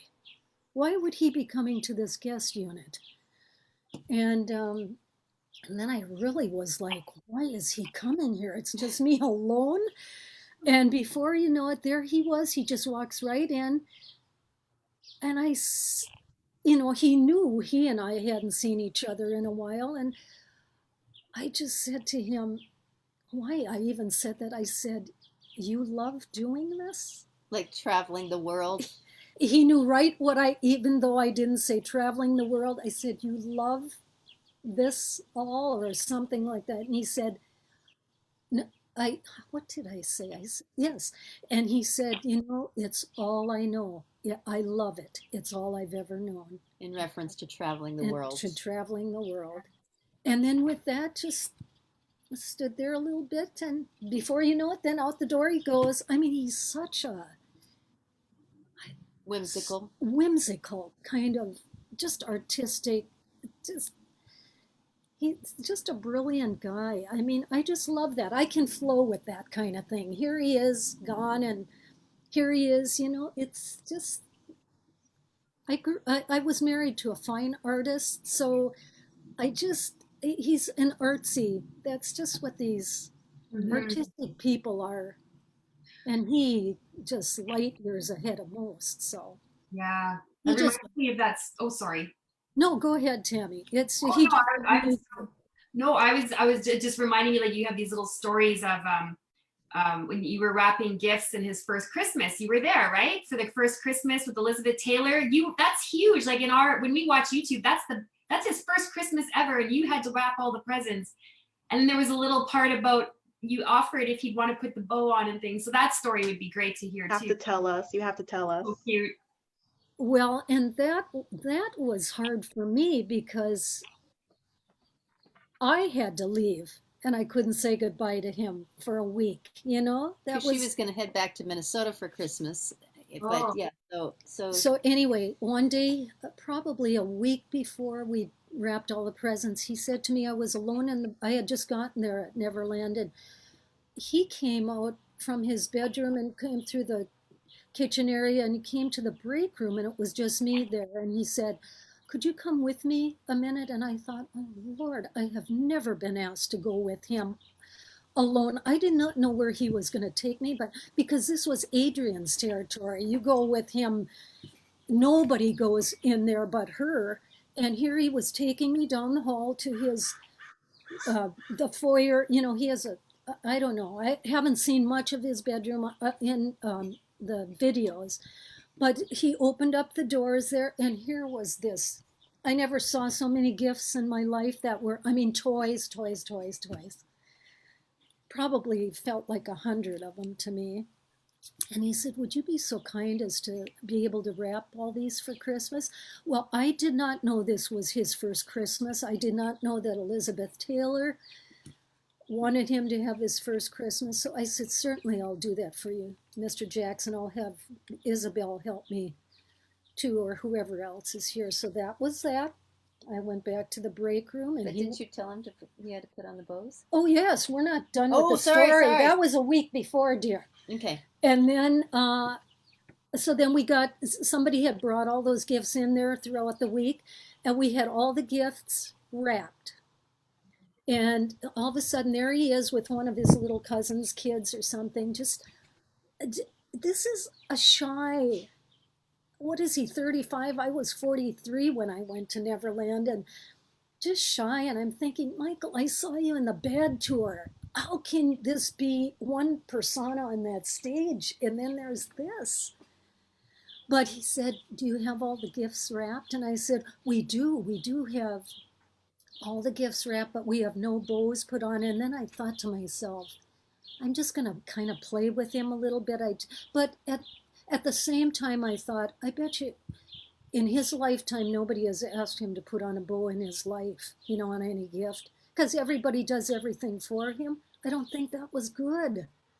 I mean, it's just my mother. You wanted to give him real life experiences. Yes. And so I just said to him, maybe you want to put on the bows? And that just sent him into outer space. And before I know it, he was gone. And I just had a laugh at that. I thought, well, at least I suggested it. And because he said no. He said, no, I couldn't do it. I couldn't possibly do it, right? No, he says, I don't know how to do that or something. I don't know what I wrote in the book, but I'm sure it was, no, I am not good at that or something like that. So I just had a laugh, and then he was gone. And then the next day, I had to go to Minnesota. I had to catch a flight, and I thought, oh, I just can't believe I'm going to be gone for a week here, and I couldn't even say Merry Christmas or just have a, good Christmas. But anyway, my girlfriend, after I get back, another housekeeper, once I got back after my trip, she said, Breezy, she always called me Breezy. She said, do you believe the boss was, she called him the boss a lot. Kiki was funny though. But Kiki said, the boss was in there putting bows on those gifts. And I said, oh, Kiki, was he really? She said, yeah, why? And I said, well, I just mentioned the day before, just kind of half teasing him if he would do that. She said, he was in there putting bows on there, just he and one of the other little ones, I don't know. Oh, so do you know what that did to my heart? I think that he actually thought maybe somebody trusted him in real life to just do that. So I'm glad that it was meaningful to me. I've told this a few times. So I just want people to know he was normal and as magnificent as he was too, but he had his human side that needed, I think I was more of a motherly type. Yeah, you were more kind of mother to him. Yes. Yeah. Beautiful. And tell them about the little spider story. Oh, that is another one. I mean, this is somebody that sat through the bad tour. The concert, thanks to Lisa getting these. The story of the tickets in that book is unbelievable. You think it's not meant to be. Anyway. Yeah, 1988, we saw him in Minneapolis, Minnesota. And that concert, as those lights come up, megawatts of lightage rising up from that stage in the beginning. Stage. And then, I mean, so fast forward 5 years, 5 or 6 years. Let's see, that was 88, and I went there in 93. 93, yeah. So probably 5 or 6 years, and all of a sudden one day in the kitchen, Michael says to me, there's always somebody around, little ones too, but he said to me, would you mind taking the spider outside? And I looked around and I said, oh, first I said, oh, sure, I'll take it out. And then I looked where he was pointing and I said, where is it? Where is it? Not like that, I did. And then he pointed to something as minuscule as a spider could be. And my thoughts just go through, you know power at that megawatts, and you are wanting me to, he said, try not to kill it. I'm like, oh God, the pressure to keep this little spider alive. Well, somehow I did it, but that sounds just like him. Doesn't it? Yes. I mean, that was important to him that went out, unless he was testing me on something. But no, he wanted that spider. Yes. So and like you said, you know, I don't know if many of you know that Mom is a musician as well. This is one of the things that I wished she would have like had more conversation with, because if he would have seen Rock and Roll Mama, who, I mean, rocking on the keyboards, he would have loved that. But anyway, so when she talks about like seeing him on stage, you know, my mom has at least a reference of what it means to put out that kind of energy, not to his level, but you know, so that here's this the level of energy that he had to put out in every concert, the emotional, the physical energy. I mean, just that kind of power, and you're moving 100,000 people with that energy, and then we care about this which of course we care about this minuscule spider. We all do, you know. I mean, we love life, you know. We love all beings, but just the hugeness of him. The hugeness. That's right. Mm-hmm. So yeah, that's good too, Lisa. That's right. I mean, I am just a sound person, and you know, I know what it's like to bring 1,000 people on New Year's Eve to, you know, kind of a little frenzy with the band. But what he did in his lifetime, I think that's why, you know what, that's why I think too that Kiki said to me after 6 months, she said, Judy, why is he calls you even calls you by your name? You've only been here 6 months, I've been here 3 years. For one thing, I didn't think she was accurate with that, but apparently that's what she felt. But I think the one thing about that was he could see I needed nothing from him. You know, I needed nothing. I loved that job for what it was, which was everything for me then. But I just, where was I going with that about the music? God, I just got touched by some emotions there, and sometimes when I get emotional I kind of lose where I was going. He called you by your name, and yeah, oh darn, we might have to let that might come back. I think so too. That it'll probably come back in about two seconds here, but yeah, it so yeah, that's why the power of who Michael was just amazing. But I think, oh, and that's what I was going to say about that. Because I was a musician, I respected his privacy, because I, as a musician playing all those years, we found 10 acres in a secluded area too, where you just want that. When you're with people all the time, you want that quiet. So here's him. I mean, that's why I could just so let him be if he needed something. And not that the housekeepers weren't good about that. They were. I'm just saying that I really could appreciate. Mm-hmm. He needed Neverland as his privacy. Haven. His haven. Mm-hmm. And you also met Debbie Rowe. Yes. And she was just so interesting to me. I mean, do we want to go on about all of these things? I mean, we're at 2:50. We're good. We're Oh, I mean, okay. I didn't know if you had more questions for Lisa, or we got an agenda or something. Yeah. But you know what? I just kind of always. I never met his children. I was not on Neverland at that time. Prince was born in 97? 97. Yeah. And I was gone 96. And I remember being in I love Debbie just because I just couldn't believe this girl would drive in on a motorcycle at Neverland. I mean, she just was such a real down to earth person. I never really got to know her. I mean, you don't get to know them. But she too was easy to be around. But I remember going into the dining room one day and he and her were just standing there, ways apart. And I just kind of, I have no idea why I would do some of these things.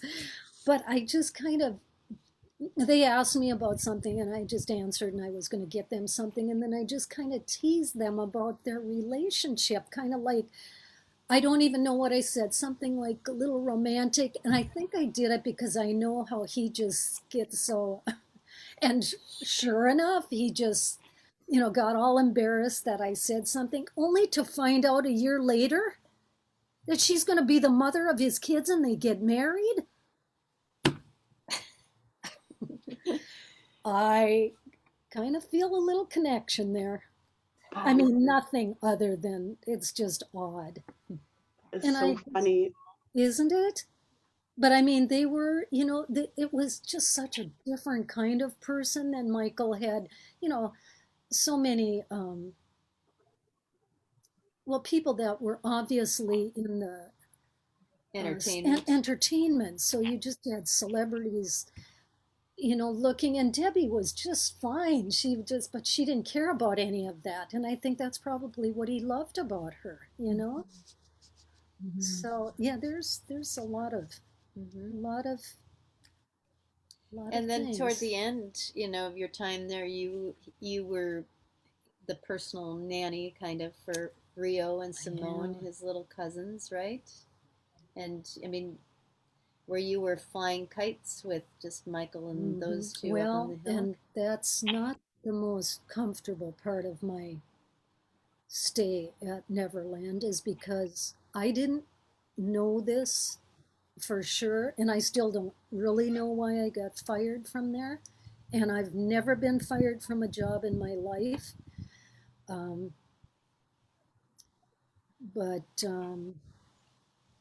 where was I going? The closeness that you felt. The closeness, when I was asked the last week before I was let go.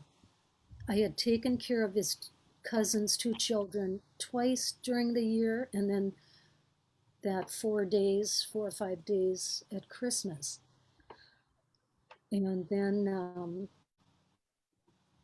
God, I'm getting really, I wonder what's, I gotta say this too. It's sometimes a lot easier for me to let go of my whole Neverland because it's very emotional to me. So the more I talk, it's kind of, I don't know, I can't believe that I'm kind of blocking some of this. But anyway, getting back to getting close to him. The one thing about that job in December was that, which was so different for me, was I was allowed to go with Michael and the Casio boys. I think they may have had a daughter too. I think Michael was just with the boys in the golf cart up ahead. But I was allowed on property to take one of the golf carts and take Rio and Simone, the little 2-year-old and 5-year-old. Simone was a 5-year-old girl. And I was to drive with them on the property. If they were going to see animals, I was going to do that, which was so different. There you're considered part of the family, so to speak. Well, I wasn't comfortable with that, but who do I say I'm not comfortable with that? And why weren't you comfortable with it? Well, just because that just looked like special favors. You don't want to be shown special favors by Michael. Why? Well, push me on that. I am pushing you on that. And actually, Lisa, technically, I found out from one of my dear friends in the security. He said to me, Judy, I wondered about that. And I said, why didn't you tell me that? He said, the more you become part of that family, the sooner you're gone. And that's when I just didn't feel comfortable about it for myself. Because you were feeling that Others, your other coworkers were watching that you were getting, Michael was requesting her, and there's jealousies, whatever. Oh, very much so. I mean, even like with the chef at the time, I mean, I was staying on property and I was with those two children 4 days solid. And I remember going up to the kitchen. I'm sorry, I'm not going to say the name, but no love lost there. But she wouldn't serve me.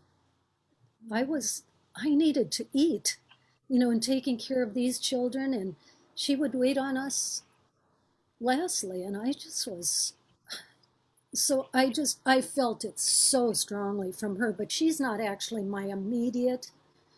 She was but there's jealousies like that go on very much. You really, for all the joy that place has, you really got to watch your back because of a lot of that. Lots of dynamics going on, especially for somebody of that magnitude. And Michael's not going to be hands-on with all aspects. I mean, that's where you were saying earlier, he's trusting that people are going to manage things for him, but there's human personalities that are getting involved, and there's that helicopter. Weird. Interesting. So there was kind of, you could feel that tension was building a little bit, unfortunately. And then one day she comes on and and they love. Sorry, boy, am I spilling too much? I don't know. No. Well, the one thing, because this isn't Michael, so this doesn't reflect Michael. It's the people that, and it doesn't reflect gardeners. It doesn't reflect any of the people on there that truly loved working for Michael. But and I don't know who it was. Probably a little bit admin and MJJ. Never had fond feelings there, but they say, oh, go home. You're tired, Friday night when the children finally went home. Go home, rest up, come back on Monday.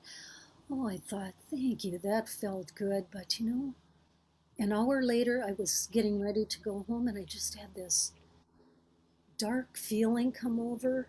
And I just called Kiki and I said, Kiki, I don't know. I just don't get a good feeling. And she said, well, just go home and, just rest up, because I had never done that long an assignment, 4 days, and staying on the property. I never slept there. And then, sure enough, I get to work on Monday morning just to do my job like usual, and I get called up to the office.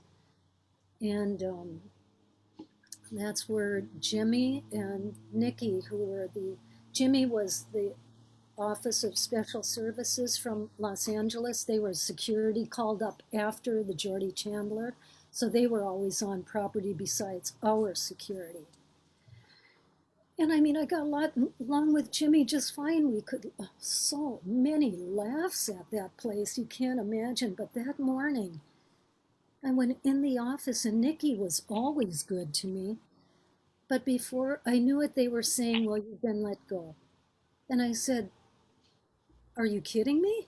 I mean, this girl works out there till 1 o'clock in the morning, many, many days, I couldn't even believe they were saying that to me.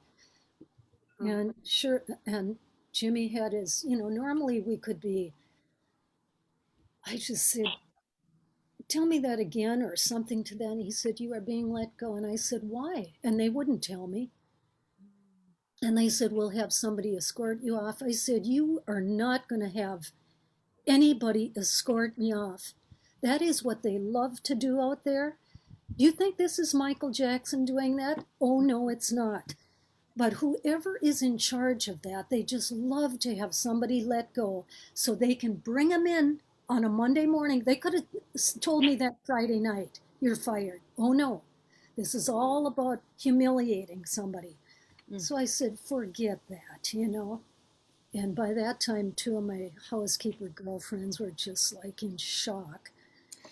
Because I want to say that when I came on family days, I mean, my mom, and I'm not biased, I'm just saying what it is. She was like a rock star owning that place. Like wherever we went, my mom, Judy, Judy, Judy. I mean, just like that video, Judy, Judy.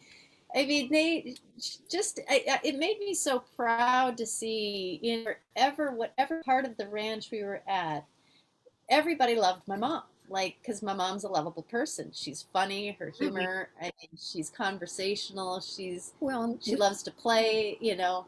Well, thanks, Lise. Well, yeah, I mean, I just remember just watching you going, we're at Michael's Neverland, and you're owning this like nobody's business. Like, I mean, in a really wonderful way, not in a, you know, any other way, just a good heart way.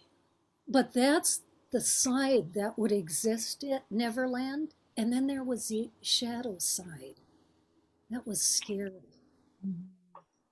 But on Family Day, you didn't see that. No. Yeah. So it's just, I mean, I think the bottom line here is just that when you work for somebody of that magnitude, there is a lot going on. A lot of personalities, a lot of dynamics, a lot of energies, and things like when you just happen to walk into the kitchen. I didn't even know Elizabeth Taylor and Larry were standing there. And I just walk in and one of the personnel was there, let's just say that. And Elizabeth walks up to me right away and says, could you get me a bowl of water for my dog? And I certainly, I'm right there in the kitchen. So I went and got that water for her dog, and before I know it, there's somebody in my ear saying, don't you have anything better to do? And it's like, I have plenty to do. I just happened to walk in here and she asked me, but see, that's the kind of stuff.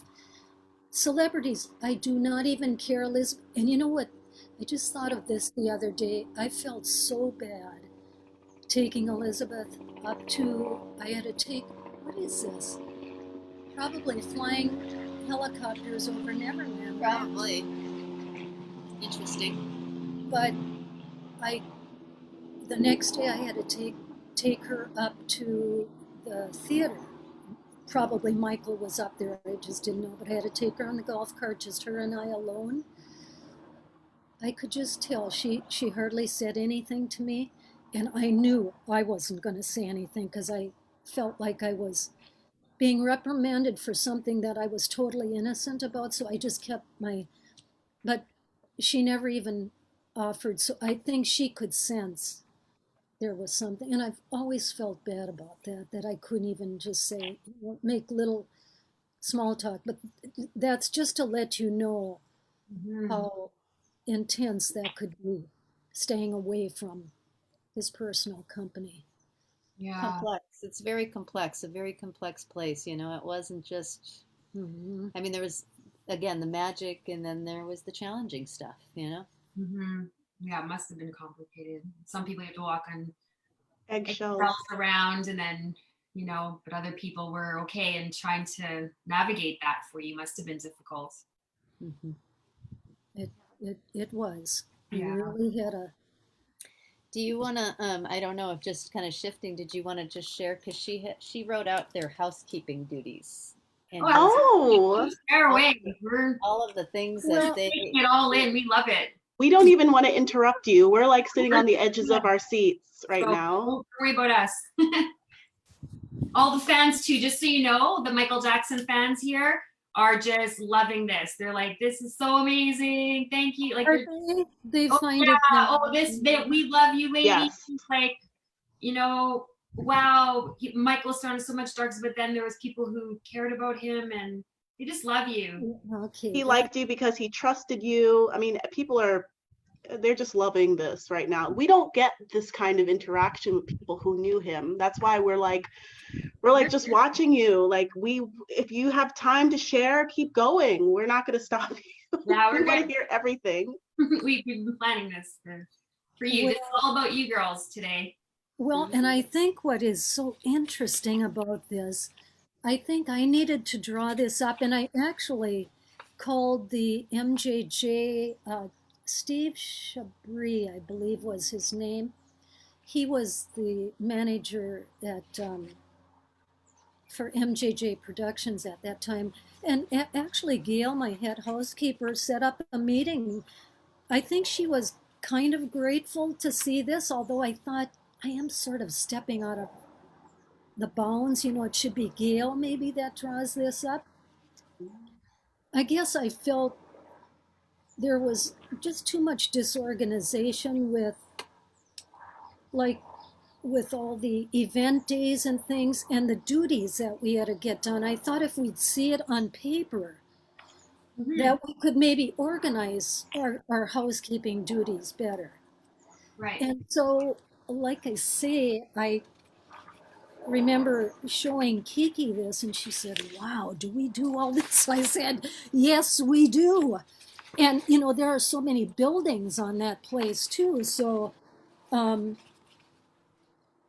let's see, housekeeping duties. Yeah, just read what you do. So in the kitchen, okay. what are you doing in the kitchen? So anyway, like I say, I was very grateful that Gail would actually plan that meeting with him. Well, and I had asked for a little bit more money, but that wasn't the impetus for this. I just wanted to show him, and so anyway, but nothing ever really came of it. Nobody, it's like, okay, present your duties, and then that's all I ever heard of it.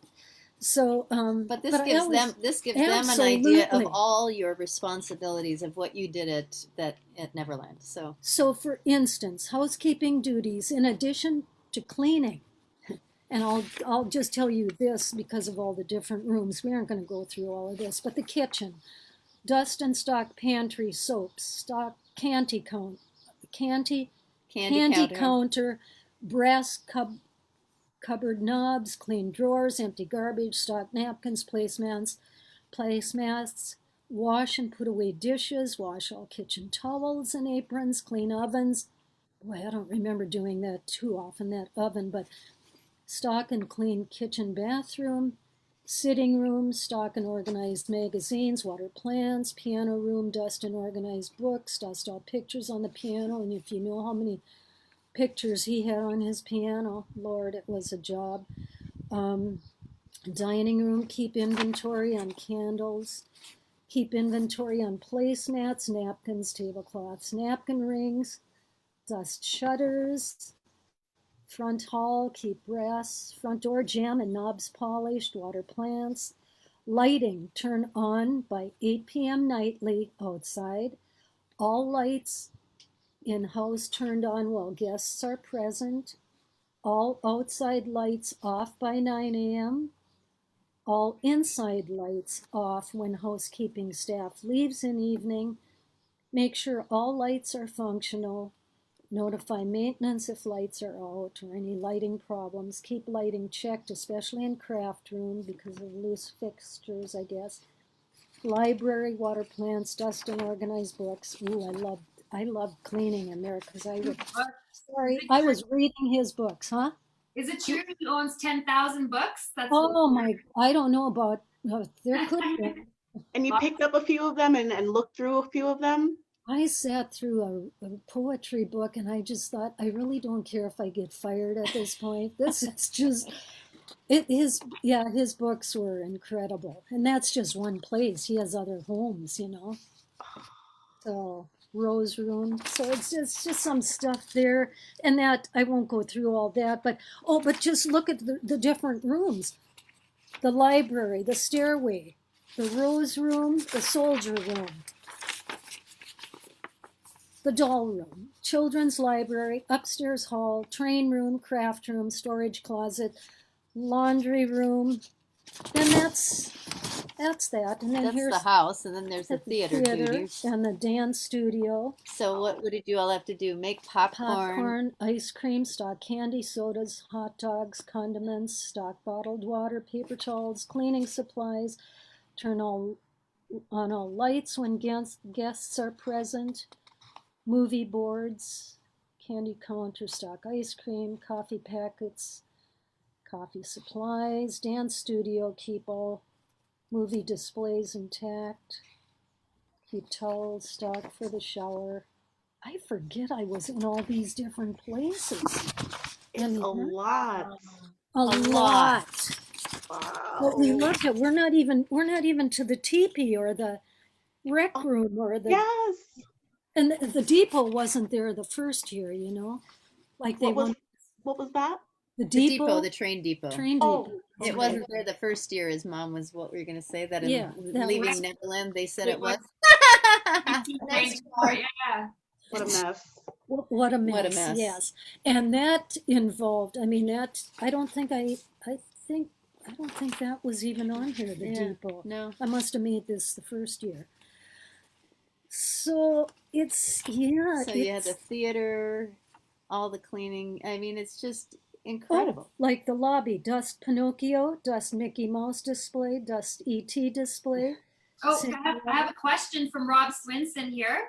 Yeah. Oh, yes, Rob. We want to ask this question. He said, who is responsible for keeping Michael's black fedoras stocked above the back door? You know, I would not know that. I don't think he left them there, did he? Does Rob know he had? In the theater, or where was it? In the. Let's see if he responds. In the house, I bet. Who kept care of his hats? He had like so many of them. Probably. It probably was Adrian. Probably Adrian. And then the I guess I'm so fascinated by the book. Rob says I used to grab one going outside. Oh, interesting. Well, you know, there were jackets in that hallway, but so many of them got taken by. He said it was near the kitchen. This hook for the hats, or the stacked hats, maybe. I don't know. You know. By the kitchen. Interesting tidbit, though. That's cute. I vaguely remember that, but I have no idea. Okay. What were you going to ask, Steph? Did you had a question? Oh, no, I was just, there were some people in the chat that were saying they think that his books were spread out throughout the house. He had a main library maybe, but then he also had books everywhere, right? Is that right? Well, probably. I would think maybe in the sitting, oh yes, on every coffee table there were books, and in the living room, sure. Wow. Wow. Only imagine. Oh my goodness. Well, there was so I guess someone had asked earlier just a general question, what was your favorite thing about working at Neverland, and what was the most surprising thing out of all those lists of chores and duties that you had? What was the most surprising thing that you had to do? What was your favorite thing to do? Surprising thing to do probably would be when Gail said Mr. Jackson would like you to take care of his cousin's children. Mm-hmm. I thought, okay, now I didn't want to really, just because I just like doing my little domestic duties, and that would involve another whole level of interaction. So I was not as comfortable with that, but that was surprisring. Oh, yeah. Well, what was your favorite area of Neverland? That was another question. The theater. The theater. Because you're right across from the amusement park. Oh, the lights and the theater I just always love. And I'll tell you, that's another thing. You know, you had to go into the theater and pick up trays. That's in here too. Where does it say pick up?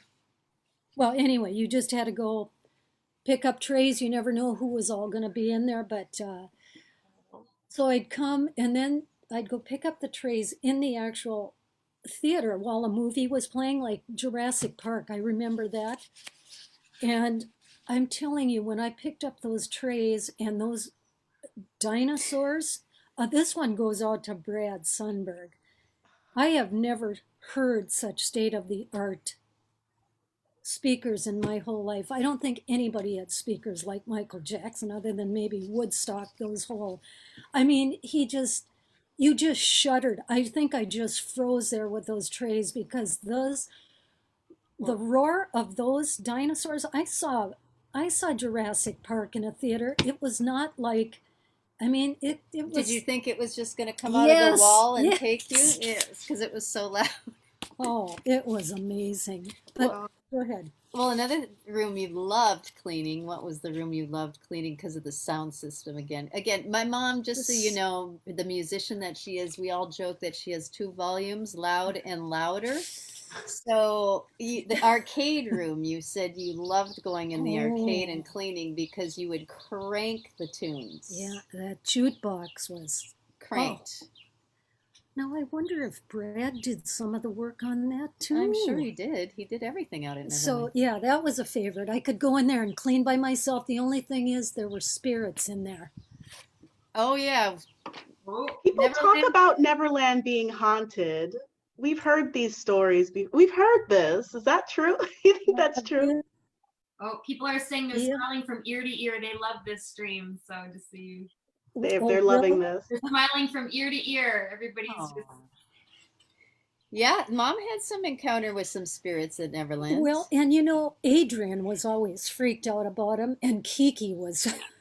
Oh, we had to go clean the Hill House, and her and I had to drive up. It was a ways away. So tell them what the Hill House was. Oh, that was his museum. I mean, you'd go up there. There were just gorgeous rhinestone jackets, you know, behind this. And we had to go clean, you know, I don't even know what we all did in there. Oh. There was a bedroom, I think, for probably the projectionist stayed there. That's right. Because he and Lee Tucker were just such good friends. But Lee Tucker was our projectionist.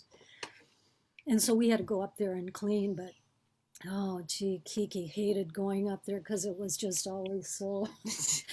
She was so paranoid about the spirits. And so I would hear her and I'd hear Adrian talking about it. But then, and so you know what I would do? Like if I had to go into the Rose Room or the Soldier Room by myself, I would just kind of just say, Jesus, you know, I'm not really into this. I don't want any evil spirits. I just want to do my job in there and just, you know, it's just kind of come with me. So I never ever felt anything until the one day in the rec room.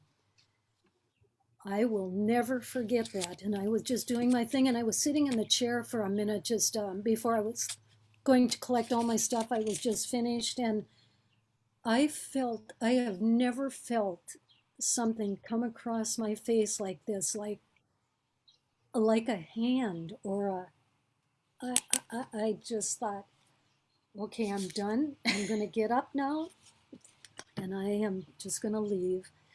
And that is the closest and you know what the security guard would say there in that room? It had all the arcade was there, and then in the back was just toys and everything that we had to make sure everything was put away. And they would say when everything was locked up at 8 o'clock at night, everything housekeepers finished, and they could go in there and everything was strewn around. Now, who's doing that? Wow. Nobody needs to make up these stories. Oh my gosh. Everyone's saying, oh my goodness, in the chat. Yikes. That's so, and we've heard that. Oh, sorry. Yeah, it was a very interesting place that way. So Michael, I don't think he ever, you know, and he probably loved it. I think he did. If anything, he probably got a kick out of it. Didn't he do Ghost? Yes. Hello. Yes. He was interested in all of it. And you know, he too, like if he'd come out of the theater with the trays of food, you know, or the dishes, and you'd go through 2 doors, and then there was just a space before you'd go through the other set of doors to get into the lobby. I would be pushing those doors to go out with, and he was just coming through with kids. And he would scare me so bad, but he was like, oh, I'm so sorry, so sorry. You know he wasn't sorry. He loved stuff like that. I know that. That He sounds like him. he loved scaring, he was playful. Didn't you tell him once? I mean, you said, "Oh, that's stupid" or something, and he just laughed He, because mom would tease him, at well, he times. danced out and he Oh did yeah, his dance out by the orangutans. And I gotta say, that's one thing I did hear briefly that somebody said one of those little boys when he was dancing. And I said, because our family says that, our family is so ridiculously we're always being hilarious. stupid to each other. So it's not a nice word. You don't really say that to other people, but I know I said it like when he started doing his dance in front of me and Simone and Rio. I just said, "Oh, that is so stupid," and I laughed. But I think You one said of the that to Michael. and Michael just laughed at that. But I heard somebody say she called him stupid. Which was not the truth at all. No, Oh, Yeah, totally wrong context. No. totally. Well, of course, do you think they ever found out anything in the right context? I'm sorry. Yeah, absolutely. Oh, But well, oh, go ahead. No, go ahead, I was Steph. going to no. tell them about like Jabbar and how Jabbar, the giraffe, would when you'd come to visit at lunch, how he would put his head down and tell them I about the know, dream. I know, I know. I mean, we have stories here, so go ahead. And Jabbar was this gorgeous male. I don't know how tall that Giraffe. giraffe stood, but even the zoo director said he reaches down he Jabbar wanted to be able to have me pet him, but he still was so high up and I couldn't reach. So he'd kind of even bring his tongue down so he could at least just touch. I don't know. Oh, It was the most affectionate thing. But anyway, I love that giraffe. And the female was just, she was there, but he was the affectionate one. And so every break I had, I could just race to the animals. That's where I would go on break a lot of times. And I know Marvin, who is a zoo director, he gave me strict orders, not with the giraffes, because there was actually a landing you could get up to be by them a little bit, but the chimps, he said, you do not even go near those chimp cages because I can't remember what her name was. Do you remember the oldest one, Lisa? Mm-mm. Because she was getting where Marvin was no longer the alpha male. mm. And I just adored her, but he said, don't you ever put your hands even near that because he has seen people. He worked for Universal Studios too, and he just had a chimp at one time of his own, but he said when they get a certain age, they don't respect you anymore. And not that they are mean, they're not afraid of your domination anymore. So I just had to make sure of that. That you didn't put your hand in there or Yes, something yes. like that. But so that's getting off of that. But then getting back to Jabbar, I was off of the property. It must have been 96. I'm not sure. They could probably find that detail, but I remember. you weren't working there No, anymore. I was not working there. And I remember having this dream. And I saw this huge coiled snake in my dream. And I thought it was so thick around. I thought, I just can't imagine that. But it had spots like a giraffe on it. And so I was confused. And it got up, and all of a sudden I realized it was a giraffe. And I thought, well, I've never had a giraffe in my dream, and I have never had one in my dream since. And a couple days or 3 days, or maybe something like that. I mentioned to Kiki again. She was still working on property. I said, I can't believe I had this giraffe in my dream. I said, it reminded me of Jabbar. And she said, Jabbar just died 3 days ago on the property. Wow. Did that? See, now I've got chills. The connection. Did that giraffe come to me in that dream? because he liked you. Mm-hmm. He had this affection for her, and I just think that that's just the most profound thing, that he came to her in a dream Whoa. to say hello. And Yeah, it looked like a huge snake, and when I realized it got up here was the giraffe. And Whoa. then to find out, and I never had a giraffe in my dream prior or to this day. Just everything you describe about Neverland, it's just so magic. I'm getting lost in the stories because it's just like it's a whole chapter of your life, and it was only 3 years, but there's so much in there. I And know. Lisa, it was your whole life. You had a whole journey leading you to this place, and then after all the things that happened afterward, it's like, And it's just like, okay, so I'm done at Neverland, 96. Am I done? Here I am still. It's just like you just wonder, what are these themes? Right. Well, in life, yeah. you've never spoken on camera or video before, and Lisa mentioned something in a message saying that you kind of had a little nudge from somebody to kind of tell your stories now. Just the last week, didn't you say you were kind of like being a little resistant to maybe doing the interview, and all of a sudden Michael, like Eric had sent you something about Michael, and you felt like Michael was, you just told me this last week. What was that? What was that? And you Well, said, right away I said I would do this interview. yes, you did say But that, I and was then you were having kind of like having because little second thoughts, and then What did he my brother send? had sent her.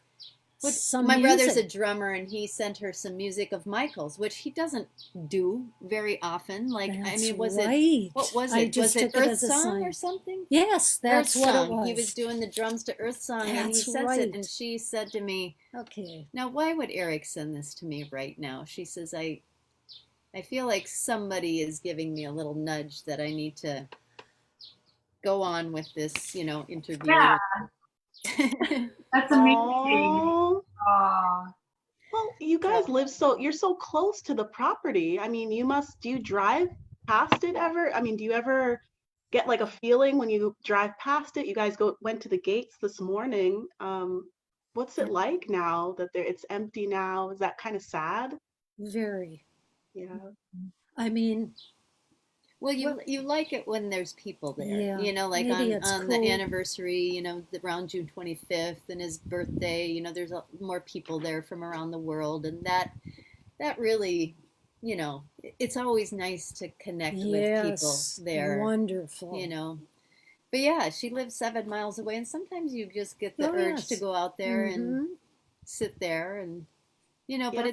it's yeah, again, it's a mixture of incredible memory, joys, and then sadness. I said to the security guard this morning, I said, to think that I drove in these gates every day for 3 years, and now I never can drive in here again. And he said, you and how many other people cannot, I mean, he was just saying, you could just tell that was interesting that I had worked there, but he was just saying, I know, and how many others just can never yeah, get in there. It's just the strangest feeling for me. sad. But, what do you expect? It Yeah. can never be what I was there in the height of. It's too bad those allegations had to go on, but I mean, that was some fantastic. Magical I mean, times. those event days were magic. Yeah, well, Lisa, you describe in your book, you say that there's so many people in that area of town, well, throughout the whole town, who had connections to Neverland, and you would run into them in town, and they'd be like, "Oh yeah, I work at Neverland," or "I used to work there. Why don't you apply and why don't you hand in your application?" Do you guys still run into people who used to work there? They Uh, stay like you did? every once in a while you come across somebody. Like I actually a couple years ago had an idea with a friend of mine to find find the people in this valley that had unique connections with Michael, that were not, that, because this valley has a lot of people that just respected him being here. They weren't taken in by Michael Jackson, but there's a lot of really neat Right. stories of the people in this valley just going about their day and having a Michael encounter. And I think I remember meeting one person who said that her little girl had a lemonade stand on Alamo Pintado Road, which is one of the roads, and Michael, of course, pulled over, and this little girl had no idea who he was, and he went to her mother. So I talked to the little girl who's now an adult, and she had shared this story with me that yeah, Michael came to our lemonade stand. She's like, I didn't know who he was, because she was a little kid at that time, and but apparently he went to her mom, and said, "Is it okay if I give her $100 for her lemonade?" Aw. And like it was probably like Wow. $1, and he wanted to, but he had to make sure that it was okay for her Aw. mom. That Probably reminded him of the candy stands he used to have when he was a little kid. Oh yeah, yeah. Oh yeah. yeah. Yes, so there's magical. I know another story. I forget who it was. Somebody um, was out on a bike ride out in one of the roads, way out there, and got a flat tire, and she didn't have a cell phone on her, or I don't know what the deal was, and she's way out there, and all of a sudden this Suburban pulls up and gets out, and here's Michael by himself asking if he can help her. And I Oh, think he took her to Santa Maria to get her bike tire fixed. And so there's just, I would love to gather those people. again? Can we do that again? Yeah, let's do that. And people in the chat, Story there time. Yeah. we definitely need another story time. And people in the chat are saying, Lisa, can you please write a book collecting all the stories of the people in the valley? And then they're Oh, asking Judy if you could write up all of your memories of Neverland and put them in a book.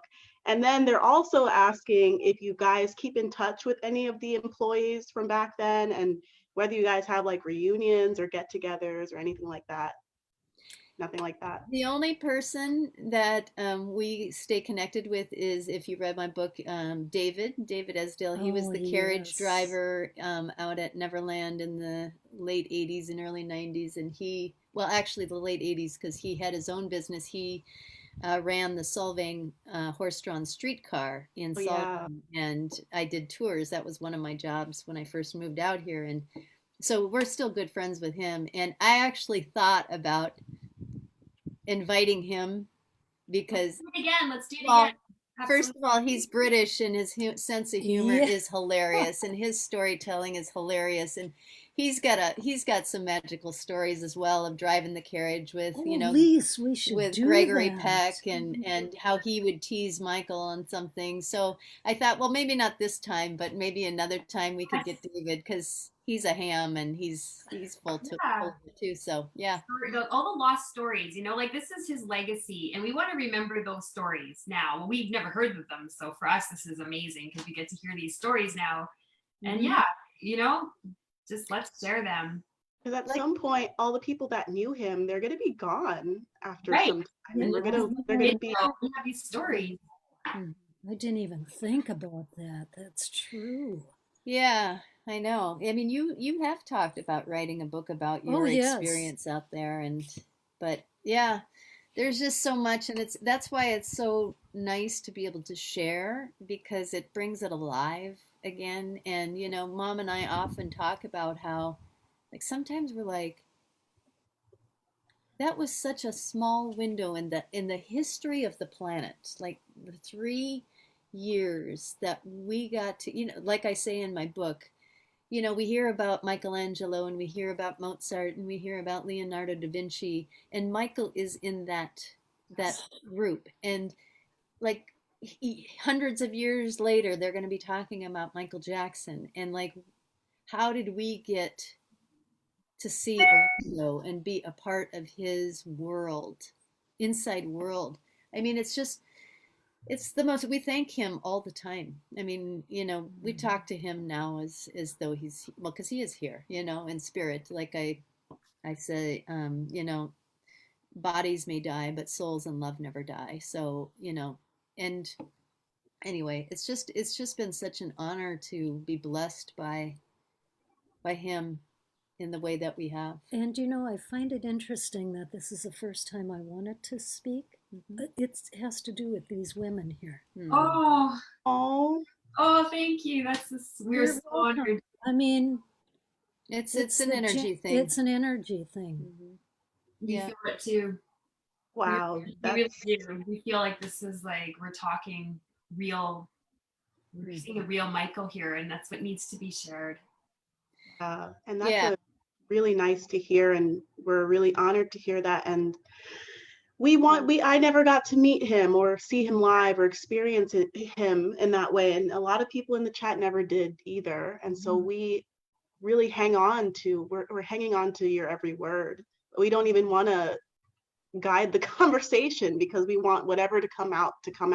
Yeah. So yeah. Well, certainly too, it's sometimes easy too, if you have a question that can take me. Well, let me tell them yes. one more thing about the animals, because you're such an animal person. Well, there's a couple things, if you guys are okay with that.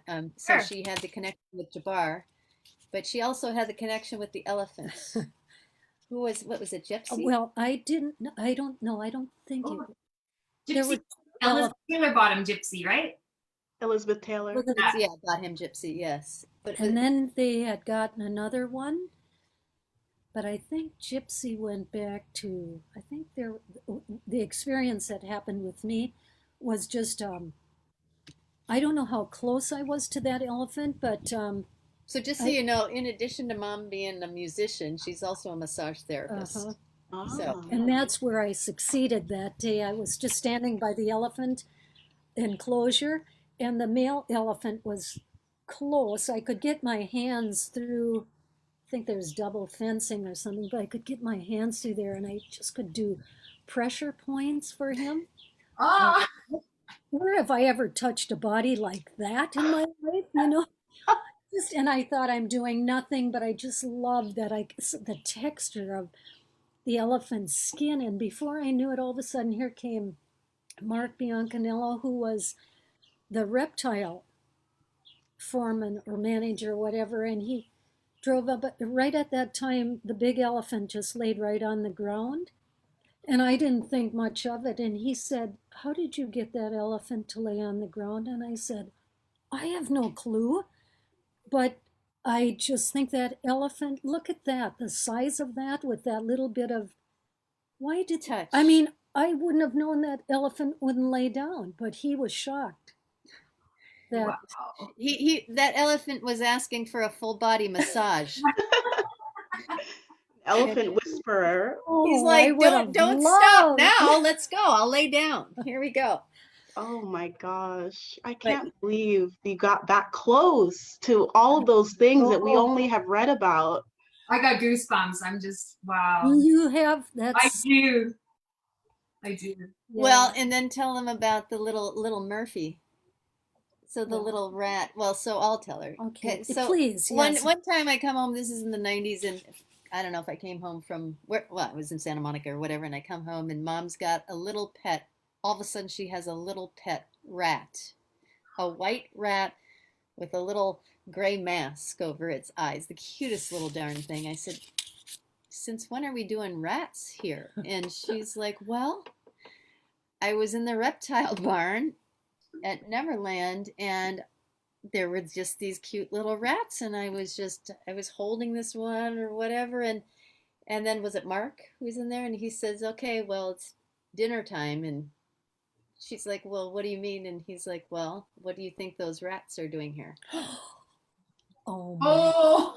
And Mom was like, you are not feeding this one to the snakes. And she ended up taking her home, and she got her for like 2 years, 2 or 3, maybe it was. And those two were bonded. And I always tell the story of when little Murphy passed away. Gosh, the last few weeks leading up to it, she wasn't walking very much because she would usually she had a cage, but then Mom would let her out and she'd scurry around the house, like she was just so cute. Jump up on the couch. Jump up on your shoulder. And the last couple of weeks, she was slowing down and she wouldn't really come out of her cage. And And then one night, Mom was on her little stair stepper, doing her little exercise, and here's little Murphy just crawling across the floor slowly to her by the stair stepper, and Mom picks her up, thinking like, "What are you doing?" Takes her to the couch, and she died. Aww. Like that was her way of she wanted to be held, Aw. made her way. So I mean, but that. Hmm. Well, Michael So had pet rats too, pet Love mice. rats. Yeah. No, he loved the animals out there. yeah, Well, it's like Neverland was its own world. Like you're talking about all these animal keepers that would work. You were interacting with them and the other housekeepers. I think you said there were about 100 staff at Mm. Neverland, Right. but there were always people passing through. How many people, do you remember how many people you would see coming through like on a weekly basis between Yes. the charity events and the diplomats and the African leaders and all the people coming in? What was Jeff, that I like? would not even have any, I couldn't even guess. I mean, because there were weeks, there were 3, 4 days where there was nobody there. You were just, because you needed that to clean. Yeah. You know, the Bruce Jenner family was there a lot, the now Kardashians. Oh. You know, a lots. lot of people, Quincy Jones, everybody, even Brett Livingston, you know. I remember seeing him in the theater. Who did? Or what? Ironically, and you know, um, I don't know, we won't. Well, ironically, Mom had started like a week or two before the Oprah interview Oh. in 1993. Yes, like that was kind of her initiation into. Like I remember being at Pepperdine, and you know this interview was like a huge deal. Yeah. And, I mean, like there was Mom, you know, at Oh my Neverland God. when this happened, like right, Wow, 90 million people viewed that. and she was I right. know. I cleaned that house yet till 5 o'clock, and then went home and watched it on. It was surreal. I just thought he looked so good, and I thought it was just such a wonderful interview. But I didn't like how his demeanor changed when she asked a couple questions that I thought were like, "Why'd you have to ask that?" Or We Yeah. know. Yeah, We know. Yeah, we don't have to go down no, that no, road, we but won't. yeah, but just that's kind of I mean, talk about a That's big welcome to Neverland. Is the biggest interview probably ever, And and having to prepare for all of that. Oh, it would have been so stressful. Oh, yeah, I can't well, imagine. you know, you didn't know your job that well yet, so you just went where you were told to do. And I just remember walking in the hallway to the kitchen, and then the whole kitchen was lined with all her staff. And then I happened to see Oprah in the middle there. And Mm. so that was like, oh man, you sure aren't in Kansas anymore, moving across from Minnesota. And then, you know, yeah, basically we were country, but you were you took the plunge, and there you were in the midst of mhm. the Amazing. biggest entertainer of all, you know. So Yeah. Unreal. Unreal. I can't even imagine that. Oh my goodness. Everyone here is just commenting on how grateful they are to have you both. They're saying, "Oh, Lisa and Judy are so beautiful. Thank you for sharing. Wow, this is too much. My heart." Yeah, Wow. we need to have more. Well, That's if you would like, if that is, but Yeah, and I know that there were a lot of questions that we didn't get to. People are really grateful that you were even willing and open enough to share what you did. And but there are a lot of questions further back that we didn't get to ask. well, why don't you take notes of those, Well, and then cer- we'll come back another time, and then yes, make that'd be sure we'll great. answer those. we will. So everyone in the live chat, we are not ignoring your questions, but we're going to take note of them and have them to be part of the next session. Yeah, this was just amazing just to hear your stories and to meet you. And I felt like I knew both of you already from the book a little bit, you know, especially Lisa, but you know, just because we've been able to chat quite a bit, but just to meet you, Judy, has just been such thank an you, honor. Karen. And You Lisa, too. You too.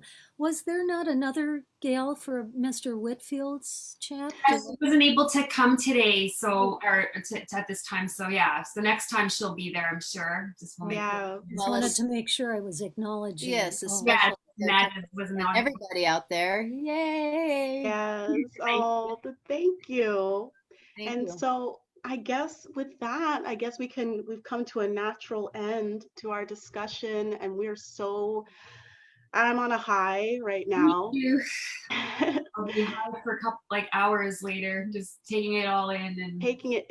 Every time we get off of these interviews with people who knew Michael or had a connection to Michael, for hours later, we're just thinking about it and reflecting on it, and it's going to be the same thing, right? Like this is our first connection to like Neverland and in that world. Like, wow. Mm.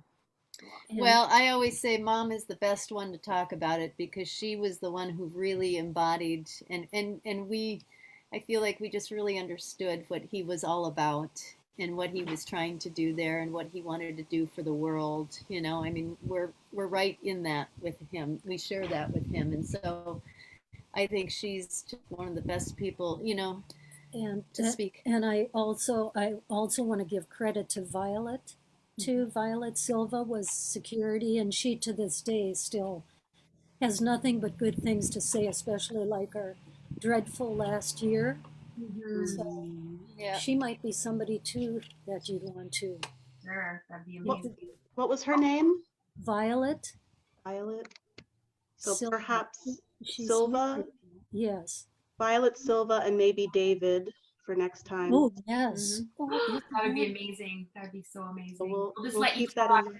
It'll be just you guys talk. It's amazing. I'm not you sure. and David. No, you'd have to be with David. Well, of course. I'm not sure. I don't have to I'm be not there. sure Marvin would be up to a conversation. Huh? Marvin was the animal trainer, and he's who knows? Who knows?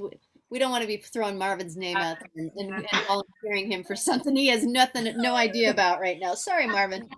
But just so everybody knows too in the club that so initially the plan was we were going to try to have a video of Neverland Gates because you girls went there this morning so that you could have it before we had this interview, but the connection wasn't very good. So Lisa's going to actually put on the video they took this morning of Neverland Gates. They were both there before the interview, and they're going to share that later on when Lisa gets back to her home. And so that's going to be, you feel it, you know, just now that you've heard all these stories, we can actually look at the gate and take that in too.